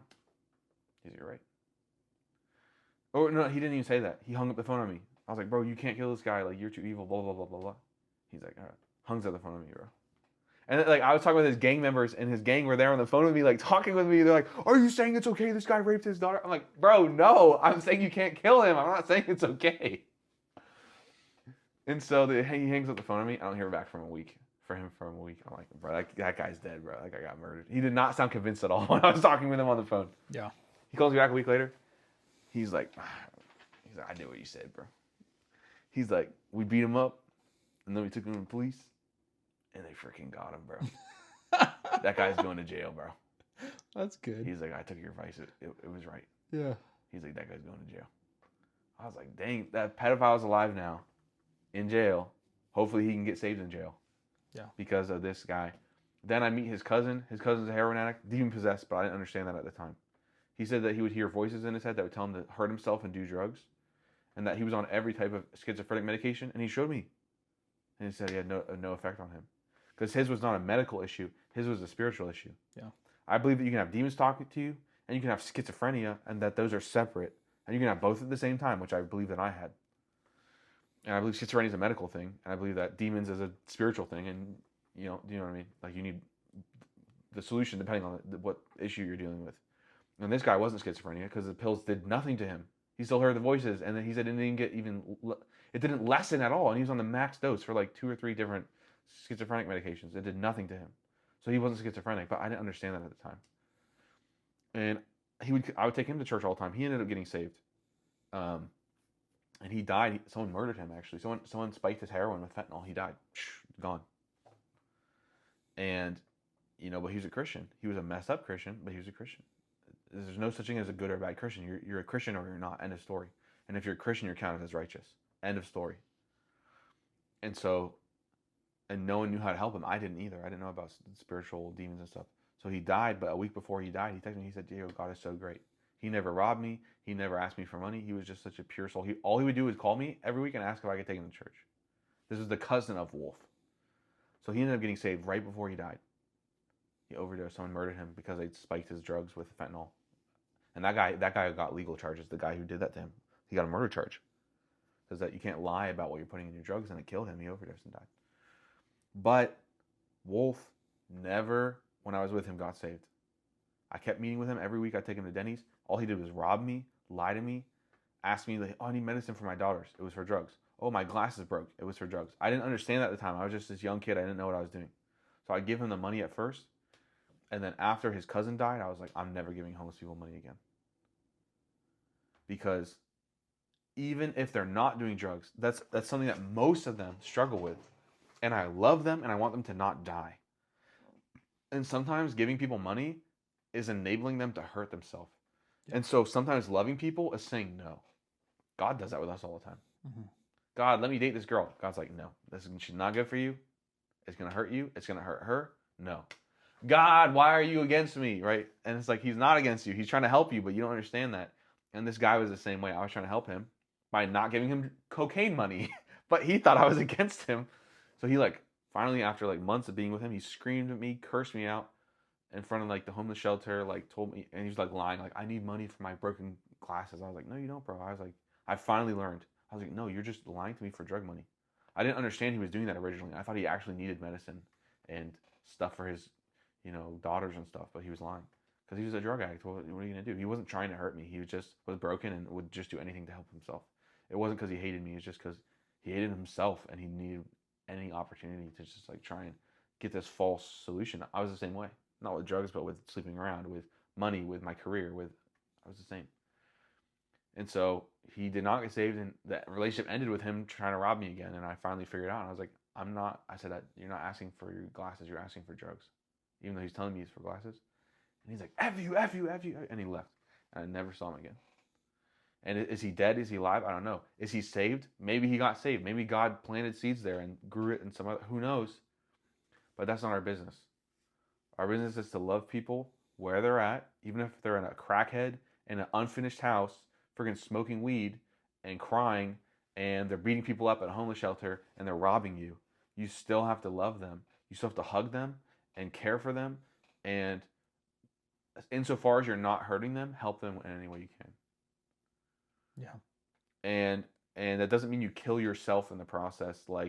Before I used to torture myself and not sleep and never buy myself anything and because I'm holy, bro. That's how you be holy. That's also not what Jesus is saying in the whole forsake everything. When he's saying forsake everything, he means be willing to give up anything if I ask you to, not go out of your way to hurt yourself to be more holy. But I didn't understand that at the time. Yeah. God's not asking us to hurt ourselves. He's asking us to give up everything. He's not asking us to then stab ourselves in the face and whip ourselves and torture ourselves. That's not what he's asking there. But he's saying, but if I ask you to let someone else torture you, say yes. But I'm not asking you to torture yourself. And the apostles got tortured to death. All but one of them, all but John. So it's being willing to, but not also then self-inflicting. Does that make sense? Yeah. He's like, if I ask you to give up your money, give up your money. Don't give up your money to just for, because you aren't good enough and you need to be a pauper to prove to God that you love him or something. You don't do that unless he asks you to, unless he puts you in that situation. And he put me in that situation. Yeah. I think that went right into our next topic, was ministering to people in difficult situations. Yeah. And the scripture we had for that was Psalm 34:18. The Lord is near to the brokenhearted and saves the crushed in spirit. Yeah, bro. Yeah. Yeah, that's especially working with homeless. You're gonna have a lot more people in difficult situations there with that. Yeah. I definitely have found myself, especially working with homeless, just at a point of okay, this isn't a person who I'm hey, here's the Bible. If you've never read it, here's Jesus. Start going to church, and as you implement this one thing into your life, your life is going to get a lot better, and your whole life is going to change. Yeah. That's, for me, that's what it was. Don't get me wrong, there was repentance, there was complete change of lifestyle, everything else. But for me, it's I was living in a house. I was getting a job. I was, doing the things. It was just like this one thing in my life. And then as I started to do that, everything else would come. It wasn't like, okay, counseling plus getting food plus getting this plus getting a house plus getting a job plus all these things. And I felt at different times that it's like, not that it's pointless, but that have felt like helpless, like kind of like, oh my goodness, like this is not just a small life change. This is like, is what I'm doing even really helping? Yeah. I've honestly felt that way. Like, is what I'm doing really helping them? The other person that you're ministering to. Yeah, like for homeless ministry specifically. Yeah. Because of it just feels like an overwhelming amount of things that I can't do everything for someone. Yeah. And I've seen other people stop trying to help people because they think they have to do everything for them. And that was something. So I had helped someone from California out, and they had schizophrenia. Yeah. And I got to a point of, I was just sharing this with someone recently. I got to a point of trying to help them with everything and trying to like get them situated and get them in ministry and help them with a shelter and do like everything for them almost. And that wasn't really helping. I mean, they weren't really receiving the help. And eventually I just had to stop helping them. And in that moment, it was really hard for me because I'd like process my emotions and how I felt, because I was like, I had to learn that I didn't have to do everything for them, and I couldn't do everything for them. Yeah. And I had to learn to trust God to be able to be God for them and to be able to take care of them. And I was like, well, what if this happens to them, or what if that happens to them, or what if, it's like, I can't control any of that, and I can't put that on me either to carry that, because it's not mine to carry. Yeah, and God never asked us to. Yeah. Because you even see in Matthew 10 when he sends out the apostles, he said, go out into all the towns and cities. He said, preach the gospel. If they receive you, stay. If they reject you, leave. Yeah. He doesn't say, well, if they reject you, just stay there for another 6 years, and while they spit on you and kick you in the head and take advantage of you and rob you, and then just keep staying and just keep trying to get them saved. Yeah. He's like, try and get them saved. They don't receive it, go to the next person. Yeah. Because keep it rolling. And helping someone who's not receiving it, and we just keep shoving it on them, you're not helping them. You're not helping the next person who would. Yeah, very true. And so it's seeing it as like a cost, like, if that makes any sense. Cost benefit analysis. No, it's like sometimes saying yes. So every time you say yes, like let's say I go, let's get dinner after this. You're now saying no if your friend calls you and asks to play video games. You're saying no to your mom if she wants you to come over to her house. You're saying no to watching a movie by yourself here at home. You're saying no to all those things if you say yes to going out to dinner with me. Yeah. Does that make sense? And so in the same way, you're like, oh, but I'm helping this guy. It's like, well, actually, assuming you're in a position where you can help lots of people, many Christians who are not developed in doing ministry yet, they only have one person that they have access to. Like, it's just, that's it. They don't know how to connect to more people. They don't know how to go out and find people on the streets. They don't know how to evangelize to new people. They don't know how to do any of that stuff. So sometimes like that's all you got. And some people God does minister to over years. I have friends where like they don't reject what I say, but they don't receive it either. They're not like hostile toward me. Like I always share the gospel with them. Yeah. But they're not Christian. But they don't reject it. They'll like actually sit there and listen. And like maybe 1 out of 5 things that I say they'll take. And it's like this slow journey, right? But they're not rejecting me. Yeah. But this guy, this wolf guy, he rejected me. Yeah. Like, I don't want the whole gospel God stuff. Just give me the money. And I was like, no, bro. And he's like, fine. And he blocked me, never talked to me again. He blocked me. I didn't block him. I didn't leave him. He left me. Yeah. And so and there's other times where like I'd be working with people and they were just only would ask me for money. And I'd say no. And then most of the time, 9 times out of 10, they'll leave you when you stop enabling them.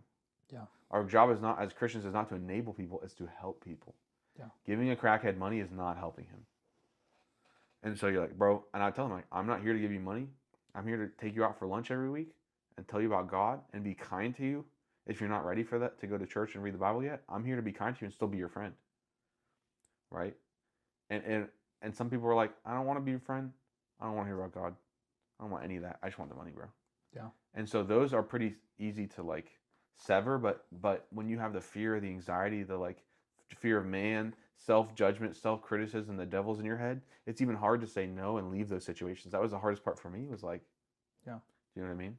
Yeah. How was it for you with this guy who was like schizophrenic living at your house? Yeah, I didn't. Like saying, like ending the relationship. Oh, it was just hard for me. More so, I think, than it was for him. Yeah. And I've been curious as to what's been going on with him. So I've occasionally just checked, like criminal report for his doing a search and seeing, and I saw that he ran into some legal trouble, and I'd even set it up so that once he returned to where he was gonna go, that he would have a pastor, and I'd talk to his pastor, and I talked to his other people that he said were for his friends, and I kind of like laid out a little plan for him, and then it didn't. I don't think he did any of that stuff. So it was hard. It was sad to see. You know. It was. I wanted the best for him. You know. Of course. He has a mental illness, and it was above my expertise. It was above what I could give him, and I gave him what I could, and then I just had to trust. He had moments where it was like, he told me, he's like, it's very humble how you're serving me right now. Yeah. And all this, and then he would have moments of just like really getting angry at me and spazzing out at me and being psychotic, which and comes that's along with the disease. Right? That's the hard part of doing this, right? Is like, even when it goes well, you're still gonna get those moments. Yeah. You're still having them freak out at you. You're still gonna have them try and commit suicide on you, or freaking like scream at you, or when you're working with people who are really down bad, whether they're homeless, whether they're severe mental illness. Yeah. Because they're doing that to themselves. Like, they literally can't help themselves. They're like freaking locked inside like a prison of like pain, and like that's all they can do is like put out what's all that's in there. Yeah. And so, in those moments when they're like that, you gotta ask yourself, like, would Jesus do this for me? I mean, that's real. And should I? There's some times where, like, Jesus said, do not give what is holy to the dogs, and do not cast pearls before swine, or else they'll bite you. So there's times where he's like, when you come to a realization that this person not only won't receive what you're saying, but they're going to attack you if you keep trying to help them, then don't help them. The goal is not to self-destruct. He's like, if you think they're gonna bite you because you're trying to help them, then don't help them. Yeah. That's what it means. Don't cast your pearls before swine, or they'll bite you. That's what he says. He said, or they'll tear you to pieces. So Jesus is not asking us to self-destruct and like self-martyr. Even Jesus left Nazareth to go to Capernaum when he wasn't being received. He went to his hometown. He preached the gospel. They said, we don't believe in you, and he left. Wasn't that when they took him to a cliff, the edge of a cliff? Yeah, they tried to throw him off a cliff. Yeah, and he left. He's just like, all right, fine, I'm out. Yep. Next town. And so that's like the mix of it, right? And sometimes God tells you to stay anyways, bro. Sometimes he tells you, because with Paul, you got to understand how Paul was saved. The apostles and people like Stephen and stuff, they're evangelizing to Paul. Paul's running this murder squad on Christians. Yeah. They evangelized him again. More of them get murdered. They were evangelizing him for months or years before he got saved, while he was killing Christians, or at the very least leading the unit that was killing Christians, which, like, you're still guilty of murder, even if you yourself didn't throw the rock. He led the people who were throwing the rocks at them. So it doesn't matter if he personally killed them or not. He's a murderer. And so he's going around doing this murder squad over Christians for years, months or years, while they're evangelizing to him. He heard the gospel. In Acts 6, Stephen tells Paul the gospel. It says he was there while Stephen was saying the gospel.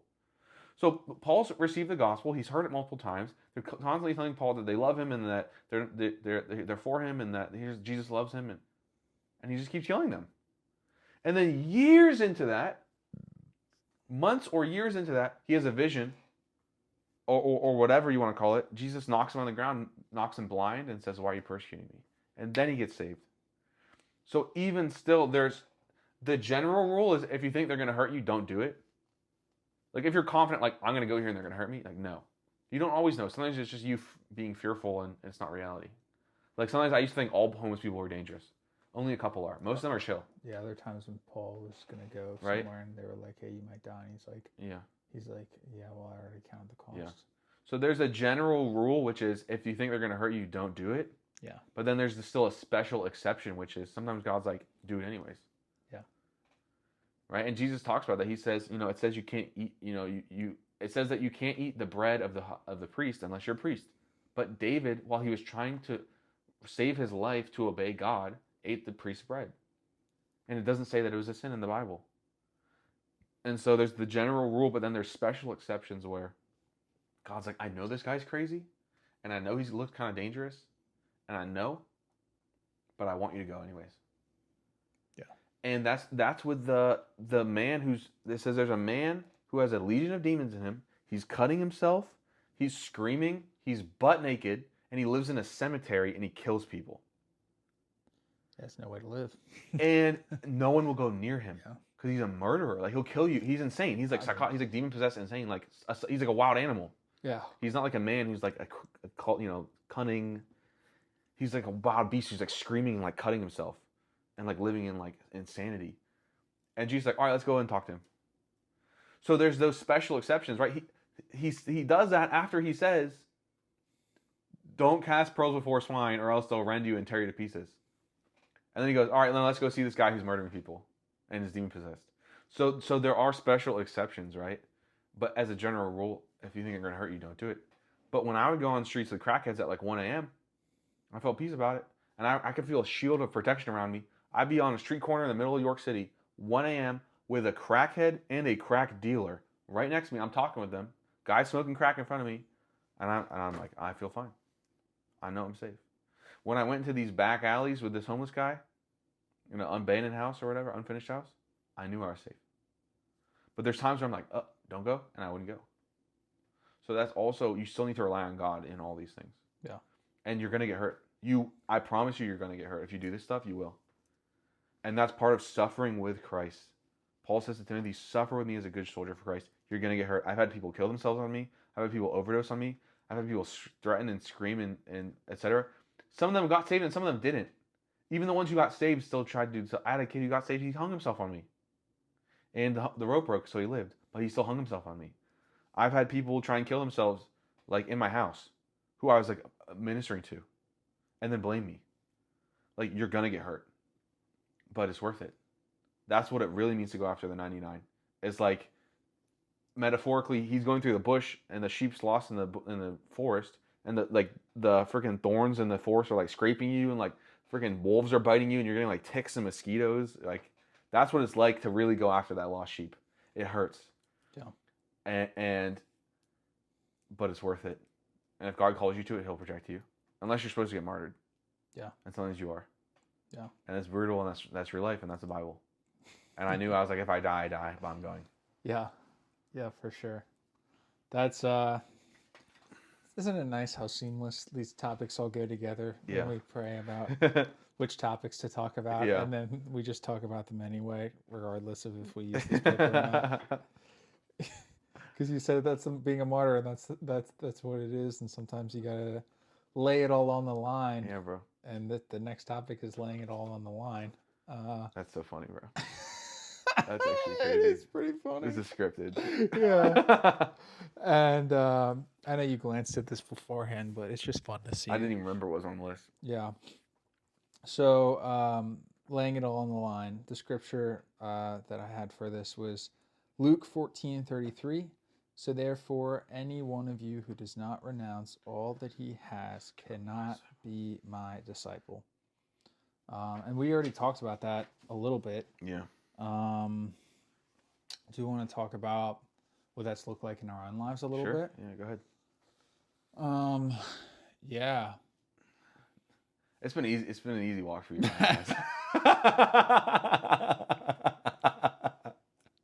I'm just trying to think of. I mean, yeah, I kind of touched on this earlier. I mean, I went to. I had a very limited social group at that point. Yeah. So for me, it was like leaving a lot of stuff behind that was not even really put together anymore. Yeah, went through a breakup, went through a lot of stuff. Came into new community, completely switched my circle. Yeah. Completely changed and reoriented how I live my life. Eventually, I went through, before I got saved, I went through like 2 years almost of like get like letting down alcohol, like putting alcohol down, putting Yeah. starting to put marijuana down, different things. Got to a point where it was like once a month kind of for both, probably at that point. And Yeah. then yeah, God sovereignly set me free of alcoholism, broke a stronghold of alcoholism off my life, and then I also threw my marijuana away.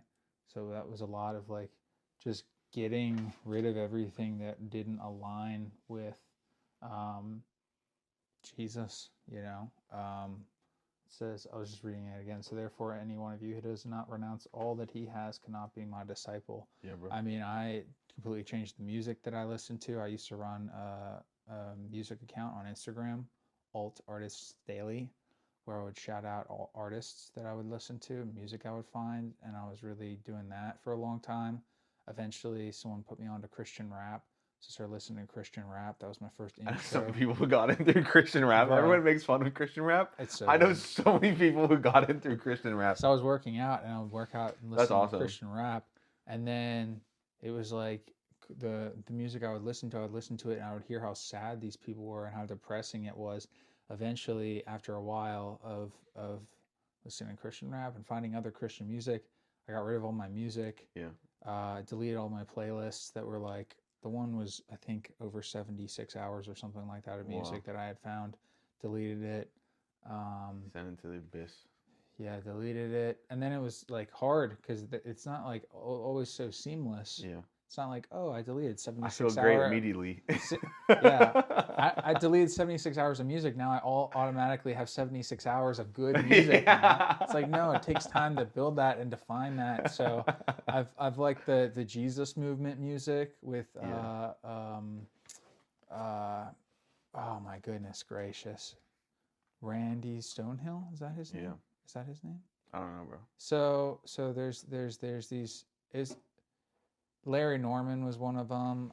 I'm finding like these little niche like Jesus movement hippie music, 70s music. Yeah. And I'm like, okay, great, it's Christian music I can listen to. Natalie Bergman. Yeah, Natalie Bergman. I know, Bergie. I always call her Bergie Bergman. I don't know why. So it's like these I love little her different music. artists.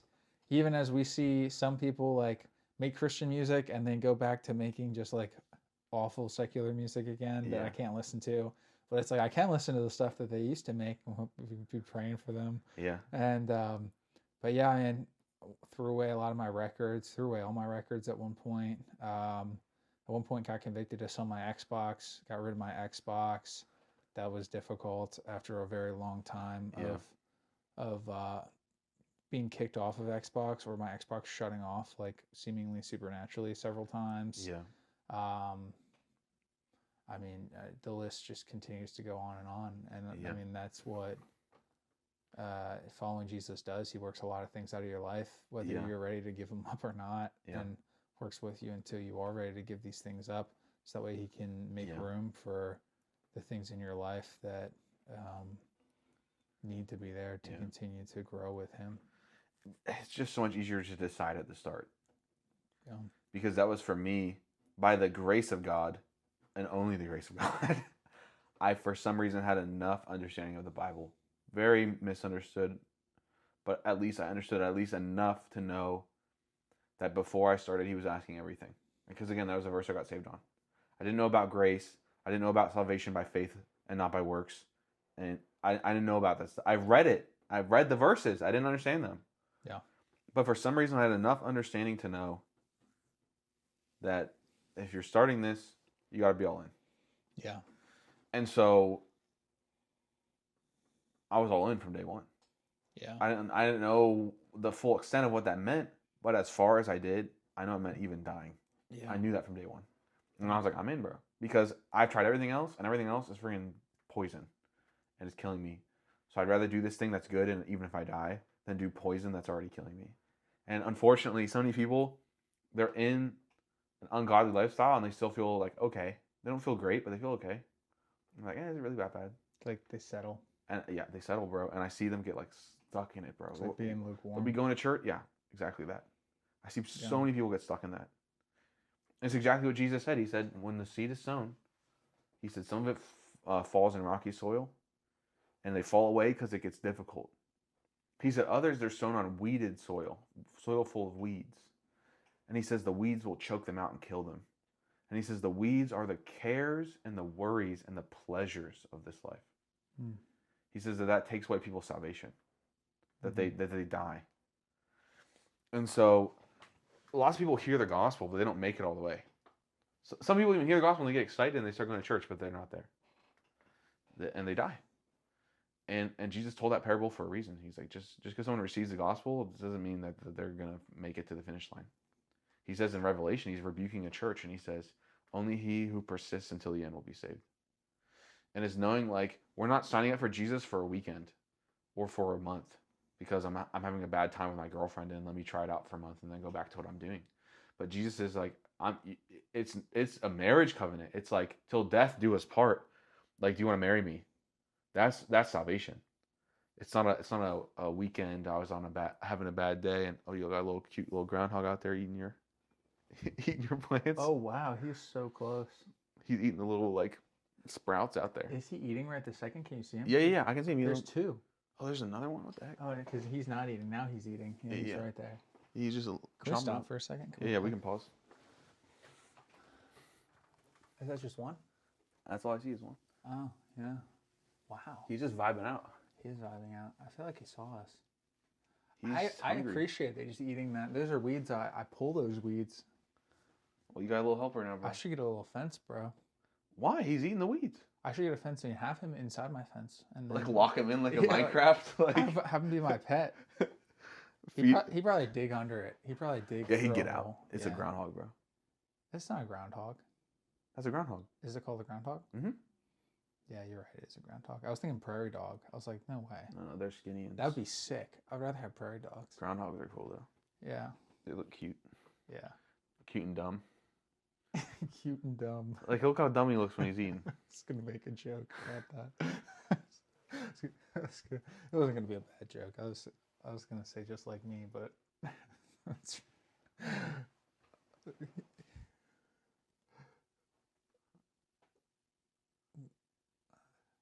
God's little interruption. That reminds me of all the animals that have come into my family's life supernaturally when my grandfather died. Yeah. And when my next door neighbor died too. Really? Yeah, there's a butterfly on a car that would fly around the car over and over and over again. Someone came up to me at the end and they were like, he's here, he's with us, like, and provided comfort to them. Which is really amazing. It's like, I always remember in Jonah, it says that God talked to the whale and told the whale to go get Jonah. So they have like, animals have this like weird relationship with God. You know what I mean though? Yeah. Animals have this like bizarre relationship with God where God's like talking with them like in a children's fairy tale book. Yeah. And they're like, all right, I got you, God. You know, I'm on it. Yeah. Like, who knows, bro? Yeah. It's just like these little mysteries get sprinkled in the Bible. And he's like, all right, I'm not explaining it. Good luck. Ha ha. And you're like, what the heck? Yeah, that is fun. But as I was saying, right, about being all in, like, I knew that from day one. Like, it's like, till death do us part. Like you don't leave. Like, this is it. You're here 100%. Like, even if it sucks. Like, I knew I was signing up for the military and I was going to die. You know? Like, that's basically what you're signing up for. It's like, do you want to go to World War II? And you're probably going to die. Like, you in? Yeah. Like, that's real decisions people have had to make in real life. This is even more serious than that. And so it's signing up for a war, and you know you're probably going to die in the process. And in our case, you definitely die in the process. It says die to yourself daily, right?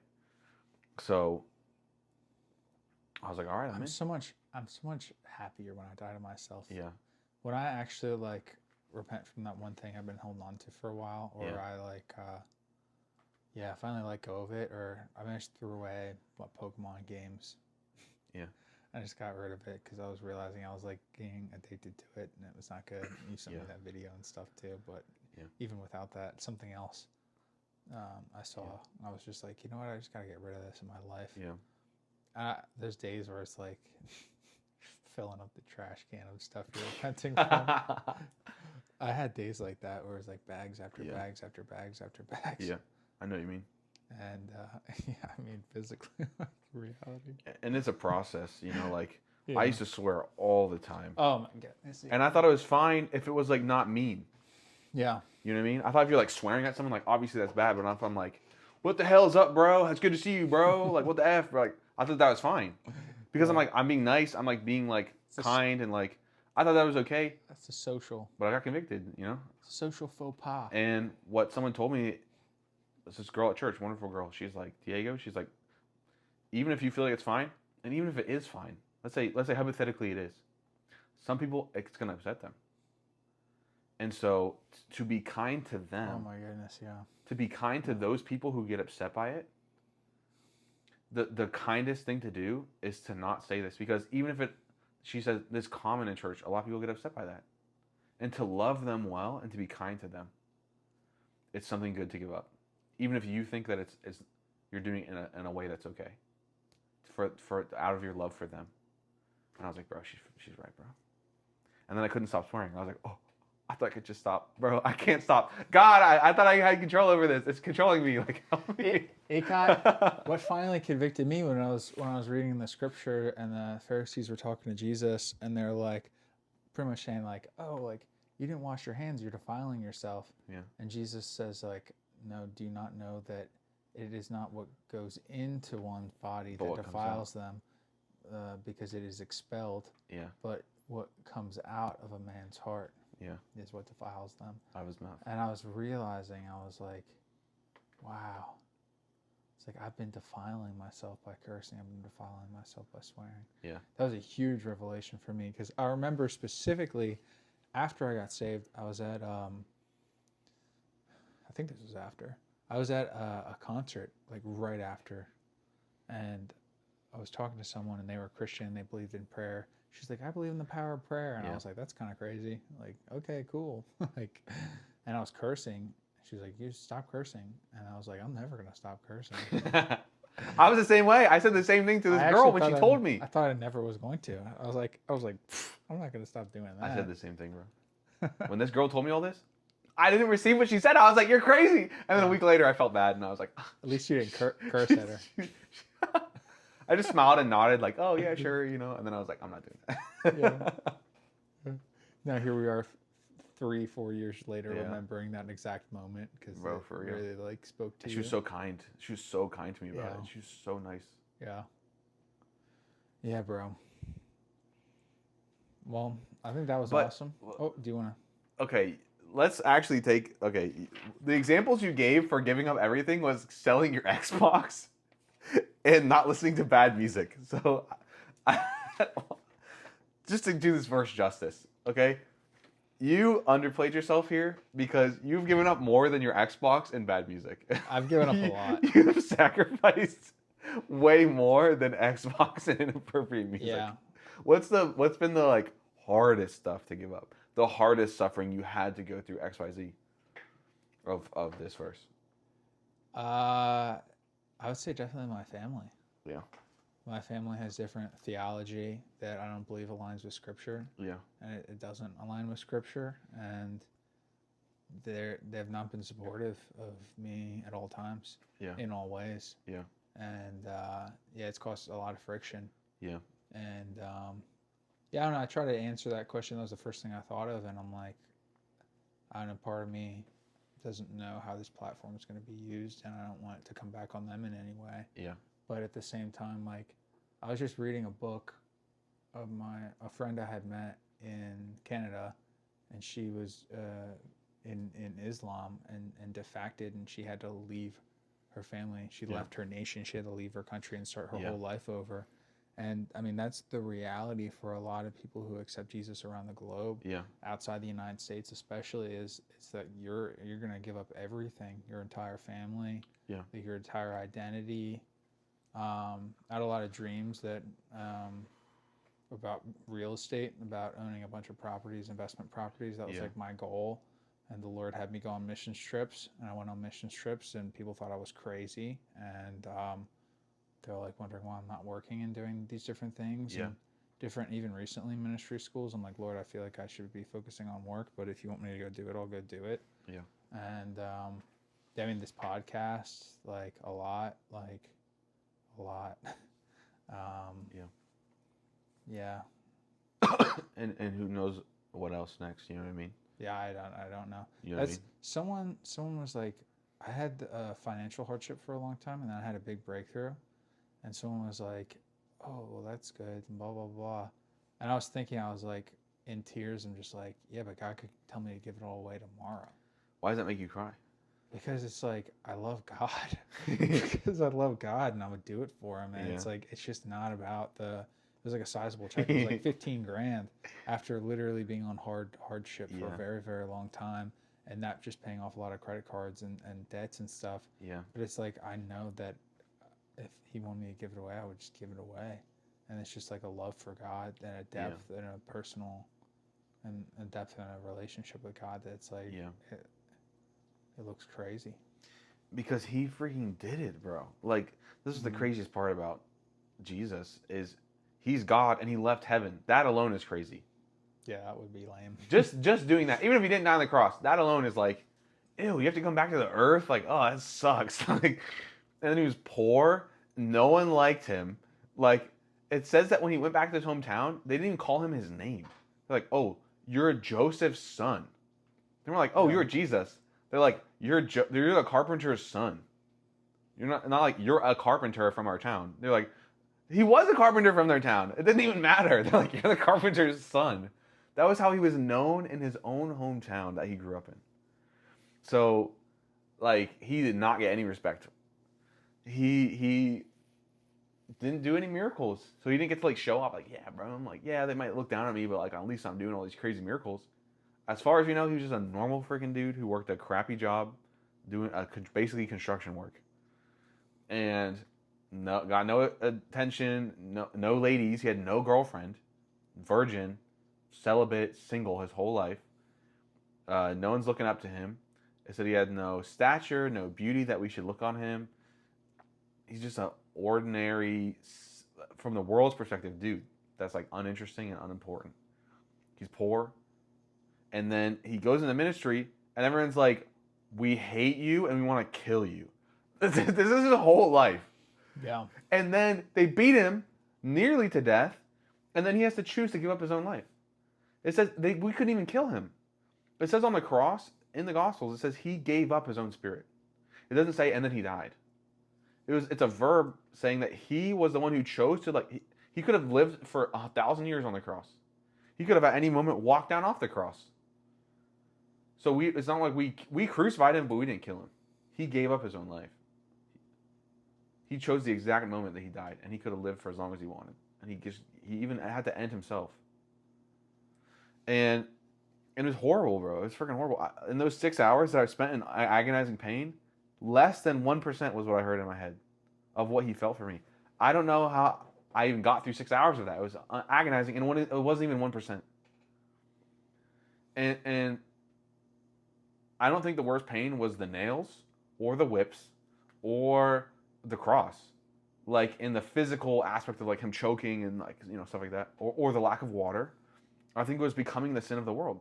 There was 2 dudes crucified right next to him, but he had the worst suffering of any human being. It said he was beaten so badly more than any man. So how does he beaten the worst if there's 2 dudes right next to him with the same exact punishment? His greatest punishment was not the nails, it was not the cross, it was not the whipping and the beating, it was not everyone making fun of him. It was like the spiritual pain and sickness of like taking on every disease and every sickness and every sin. He was every pedophile. He was every rapist. He was every murderer. He was every abused child. He was every trauma. He was every pain. He was every poverty. He was every like scum. Like he took it onto himself and he became it. It says he didn't say he took on sin. It says he became the sin. Yeah, he that knew no sin became sin. And then he died. Yeah. But he was the sin for like 6 hours. And then he died. And I think just being sin was by far his worst suffering. You know, all pain is mental, right? Like if I cut off your pain organs, you won't feel pain. And so, like, and psychological pain hurts just as bad as if I stab you or if I just told you that your mom died, it hurts about the same. Maybe worse if I told you your mom died. She's like, I got stabbed. I can get this fixed at a doctor. My mom's gone. You know what I mean? And so I think it was the mental pain of like being sin. I think that's what hurt the most. Because there's two guys crucified right next to him. Like he didn't have, the crucifixion is not the worst death ever. Thousands of people got crucified in Rome. Thousands and thousands of people were crucified. That's not the worst death if thousands of other people had it. But becoming sin was the worst thing that could have happened to him. And that's why we're willing to give him our crumbs. Our everything is just crumbs. And so like, yeah, I went on a street corner with a crackhead and I was like a little nervous, but he freaking got murdered horribly. And he became sin. Even the apostles, they died, they got crucified, a bunch of them. They didn't become sin. You know? And I lost my job. God told me to quit my job. He told me to give all my money away, which I did.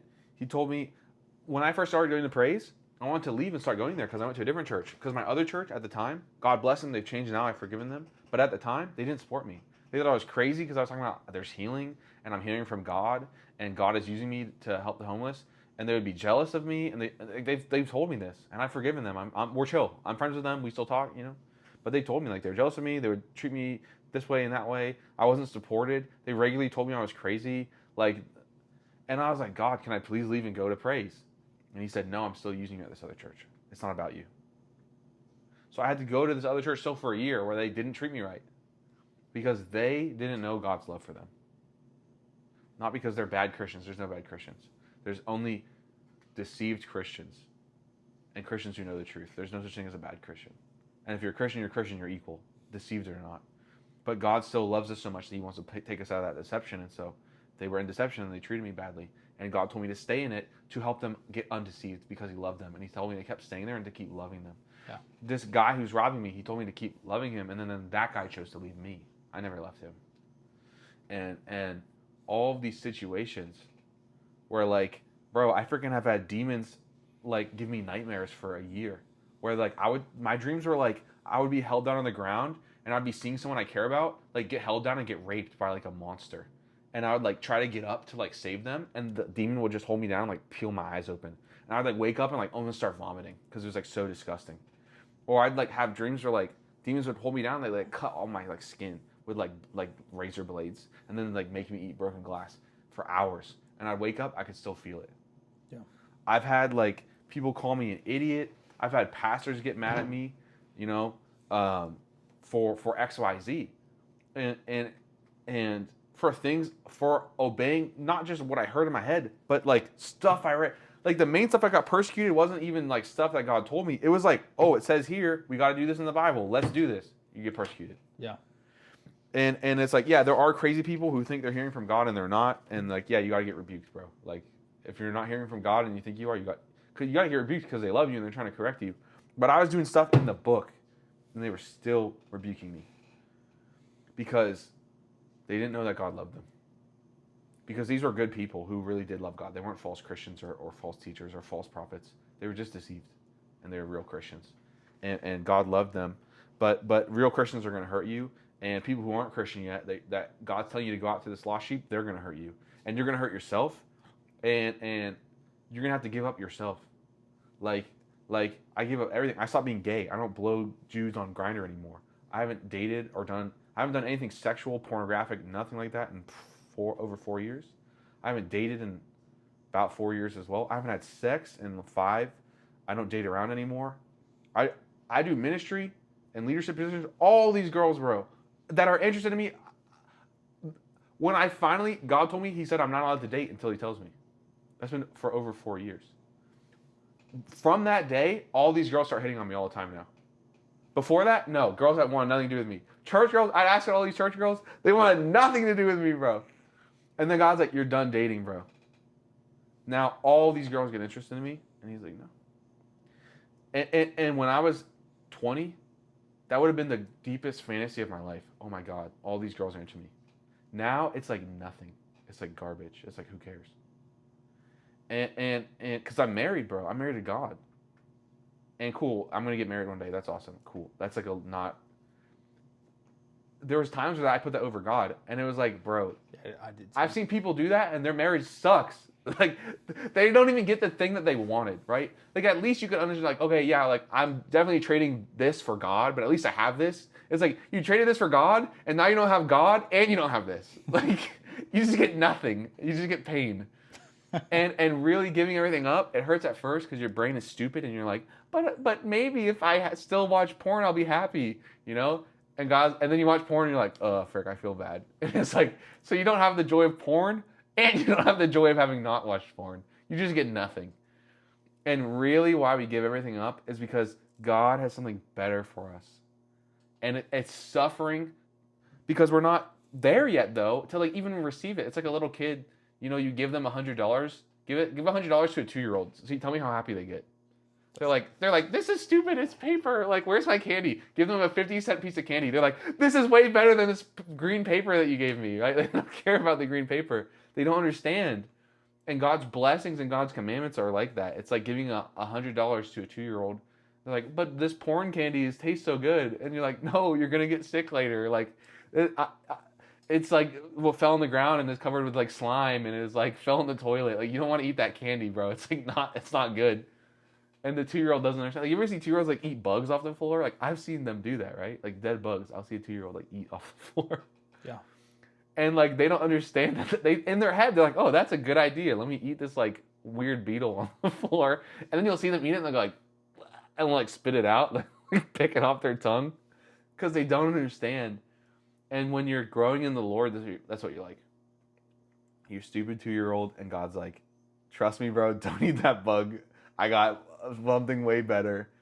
You know, trust me, you'll understand when you're older.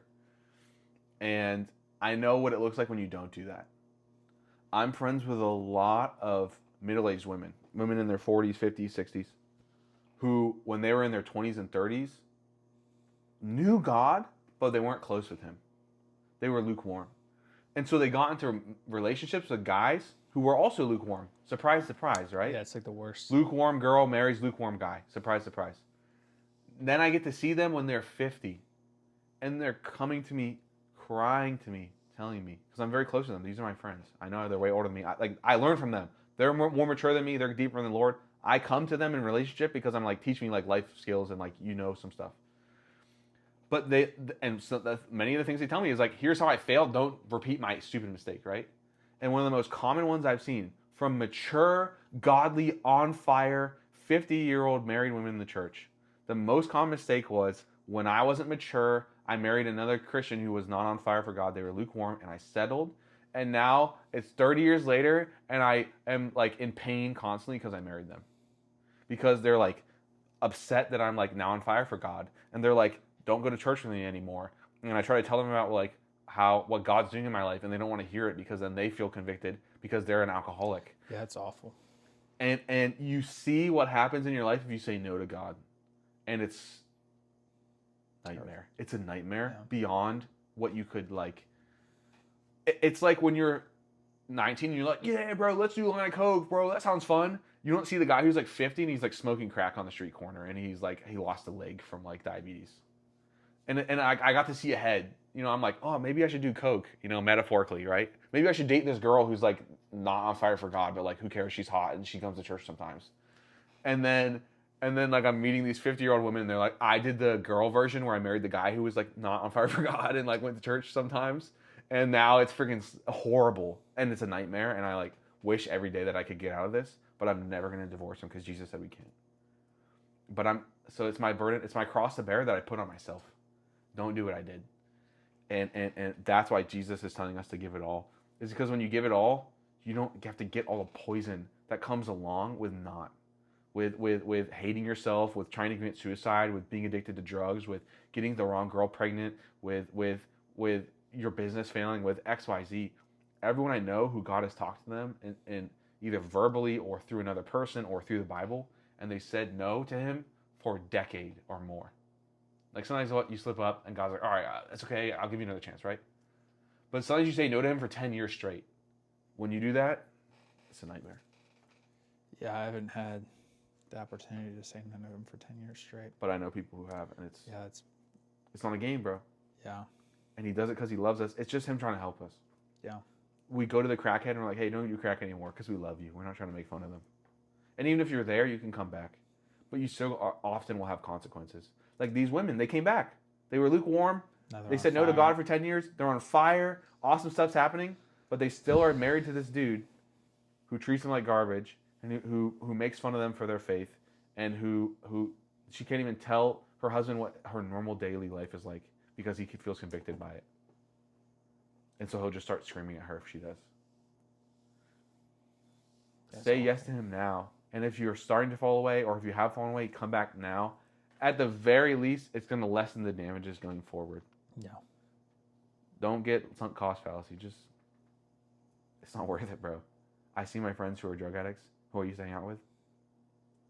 Where would you be if he didn't get you, bro? I'd be a criminal, or freaking dead, or freaking a shut-in, or freaking I'd probably still be living in my college town. Yeah.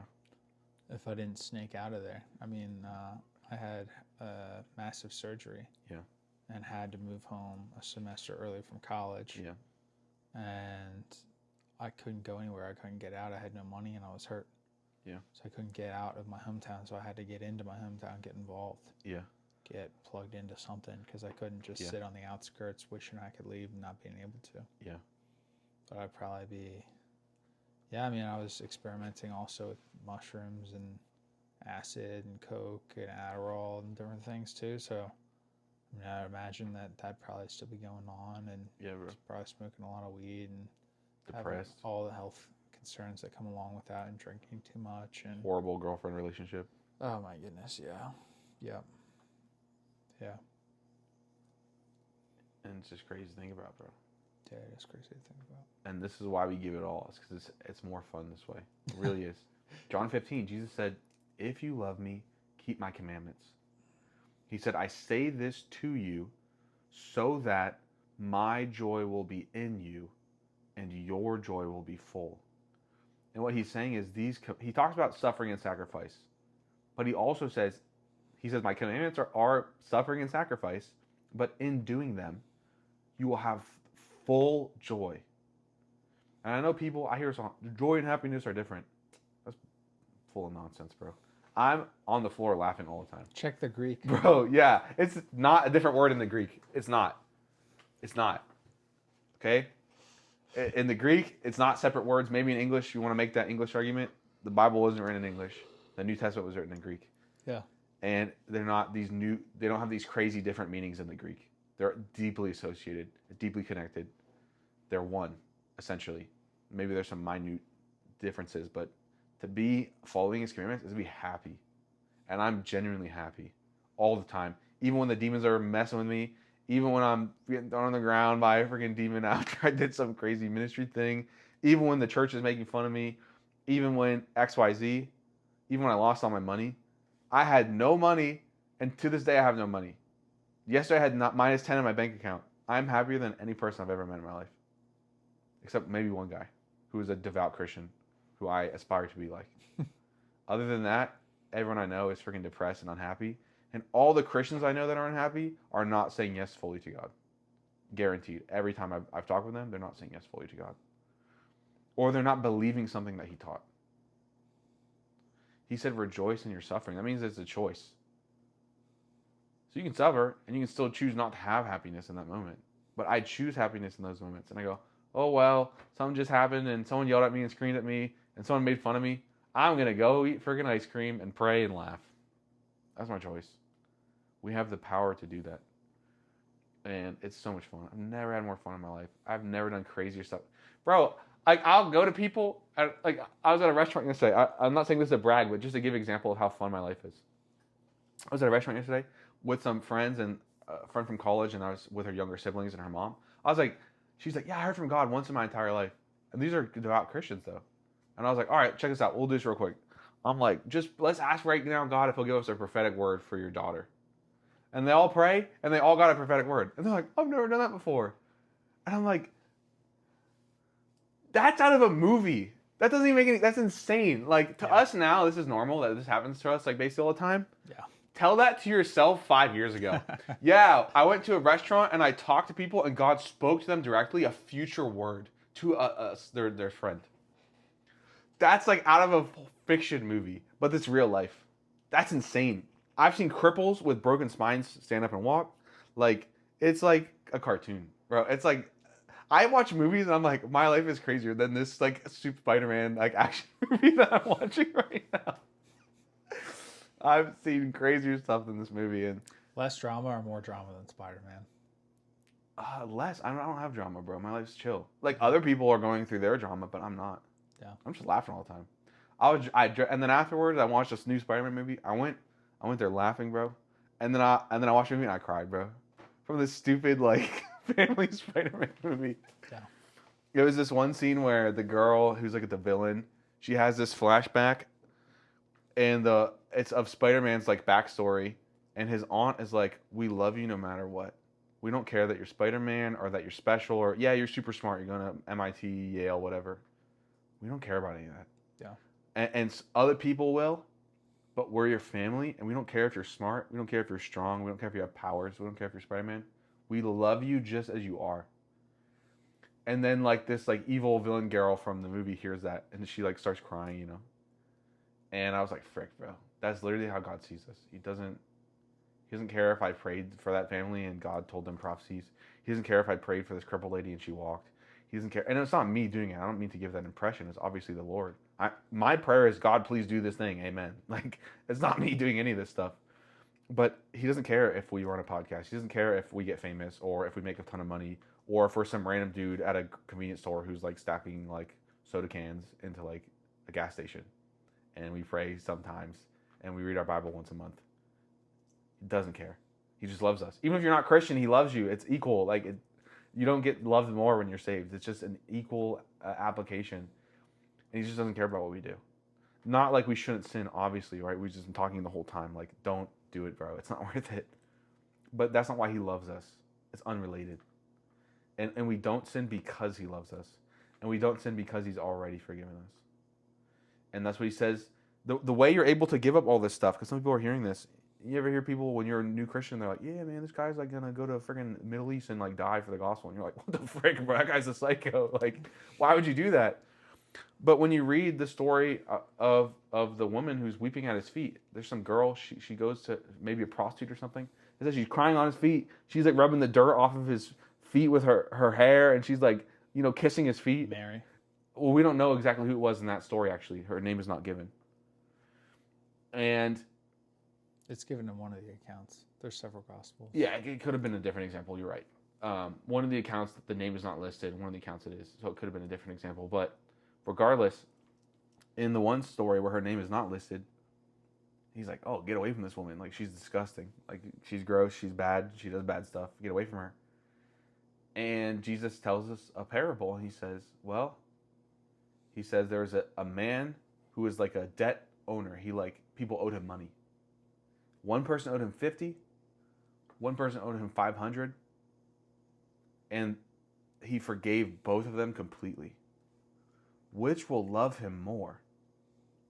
The one who forgave them. Which one will love him more?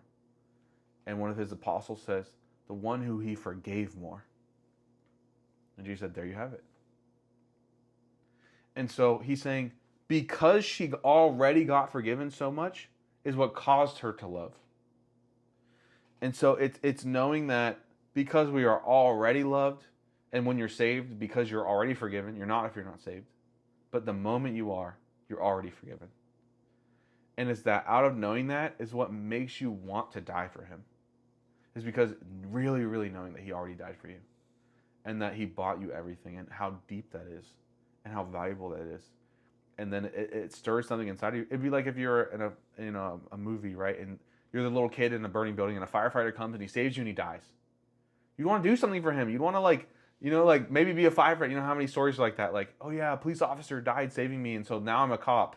20 years later, because I wanted to repay the memory of this police officer who saved me. That's a classic fictional tale, but that's what it really is in the scriptures. It's like, hey, this dude got murdered horribly, because I was evil. That's insane. And so I want to do anything I can for him because I'm in love. Not because I have to earn something from him or perform or jump through hoops so he'll like me. Yeah. Because he already does. Because he already forgave me, and because he's already in love with me no matter what I do, I want to do everything right. And he'll even give us selfish motivations, and it'll help me also on top of everything. That's how cool he is. Even me obeying him will help me. It's insane. And that's why I do it. I don't care about being famous or getting money or or if a girl likes me, or I used to be obsessed with all those things. They're meaningless to me now. And it's just like, bro, I freaking love him, bro. I don't even care if I get nothing out of this. I don't care. I'm just freaking gonna talk to this crackhead, and if he kills me, and I'll be fine. Because I love this crackhead, and I love him because I love Jesus, and because Jesus loves me. I'll die today, and so that's chill. I'll stop watching porn because I love him. I'll stop doing drugs because I love him. That's it. Yeah. Do you want to go eat some food because we love him? Sure, bro. I'm down. I'm down. Should we pray or end this somehow? Yeah, bro. We're going to go eat some food. I hope this blessed you guys listening to our conversation. Yeah, I don't know. If you got questions, feel free to leave them in the comment section or something. Yeah. And yeah, hopefully you guys can join us for the next one. Peace. Now let's do the clapping thing for the editor. Wait. No, it needs to be on the screen. So it needs to see when the hands connect. So that way they can mash the collection of the hands to the audio file. So you'll see in the audio wave, it'll be like this, and it'll be a big spike. So go ahead. It's already connected. I know, but he needs to sync up the audio with the video file. I'm the one editing it. For you, then you need this. I don't need this. So look at the camera. My audio and my video are all the same. It records in the same time. It's not separate. It's on the same video file? Yes, bro. Oh, dang, bro. But this is 2 audio tracks. How do you have 2 audio tracks on the same video file? Technology, bro. That's insane, bro. DJI mics are I did video editing when I was 16, and we couldn't do that. $300. When I was 16, bro, there was like, you got waveform 1, waveform 2, video audio 1, video file 1, and they were all separate files that you had to like Frankenstein together. No, I don't have to do any of that. I don't even have to edit this. I'm going to go back and add the scriptures over what we said. Yeah. But this might have been like 2.5 hours. I don't know. I don't have my phone, bro. I have no clue. Yeah, my phone's over there. My watch, if my watch is right, that's crazy. It's like almost 4:30. Well, let's get that out of here then. Or is that 5:30? I don't know.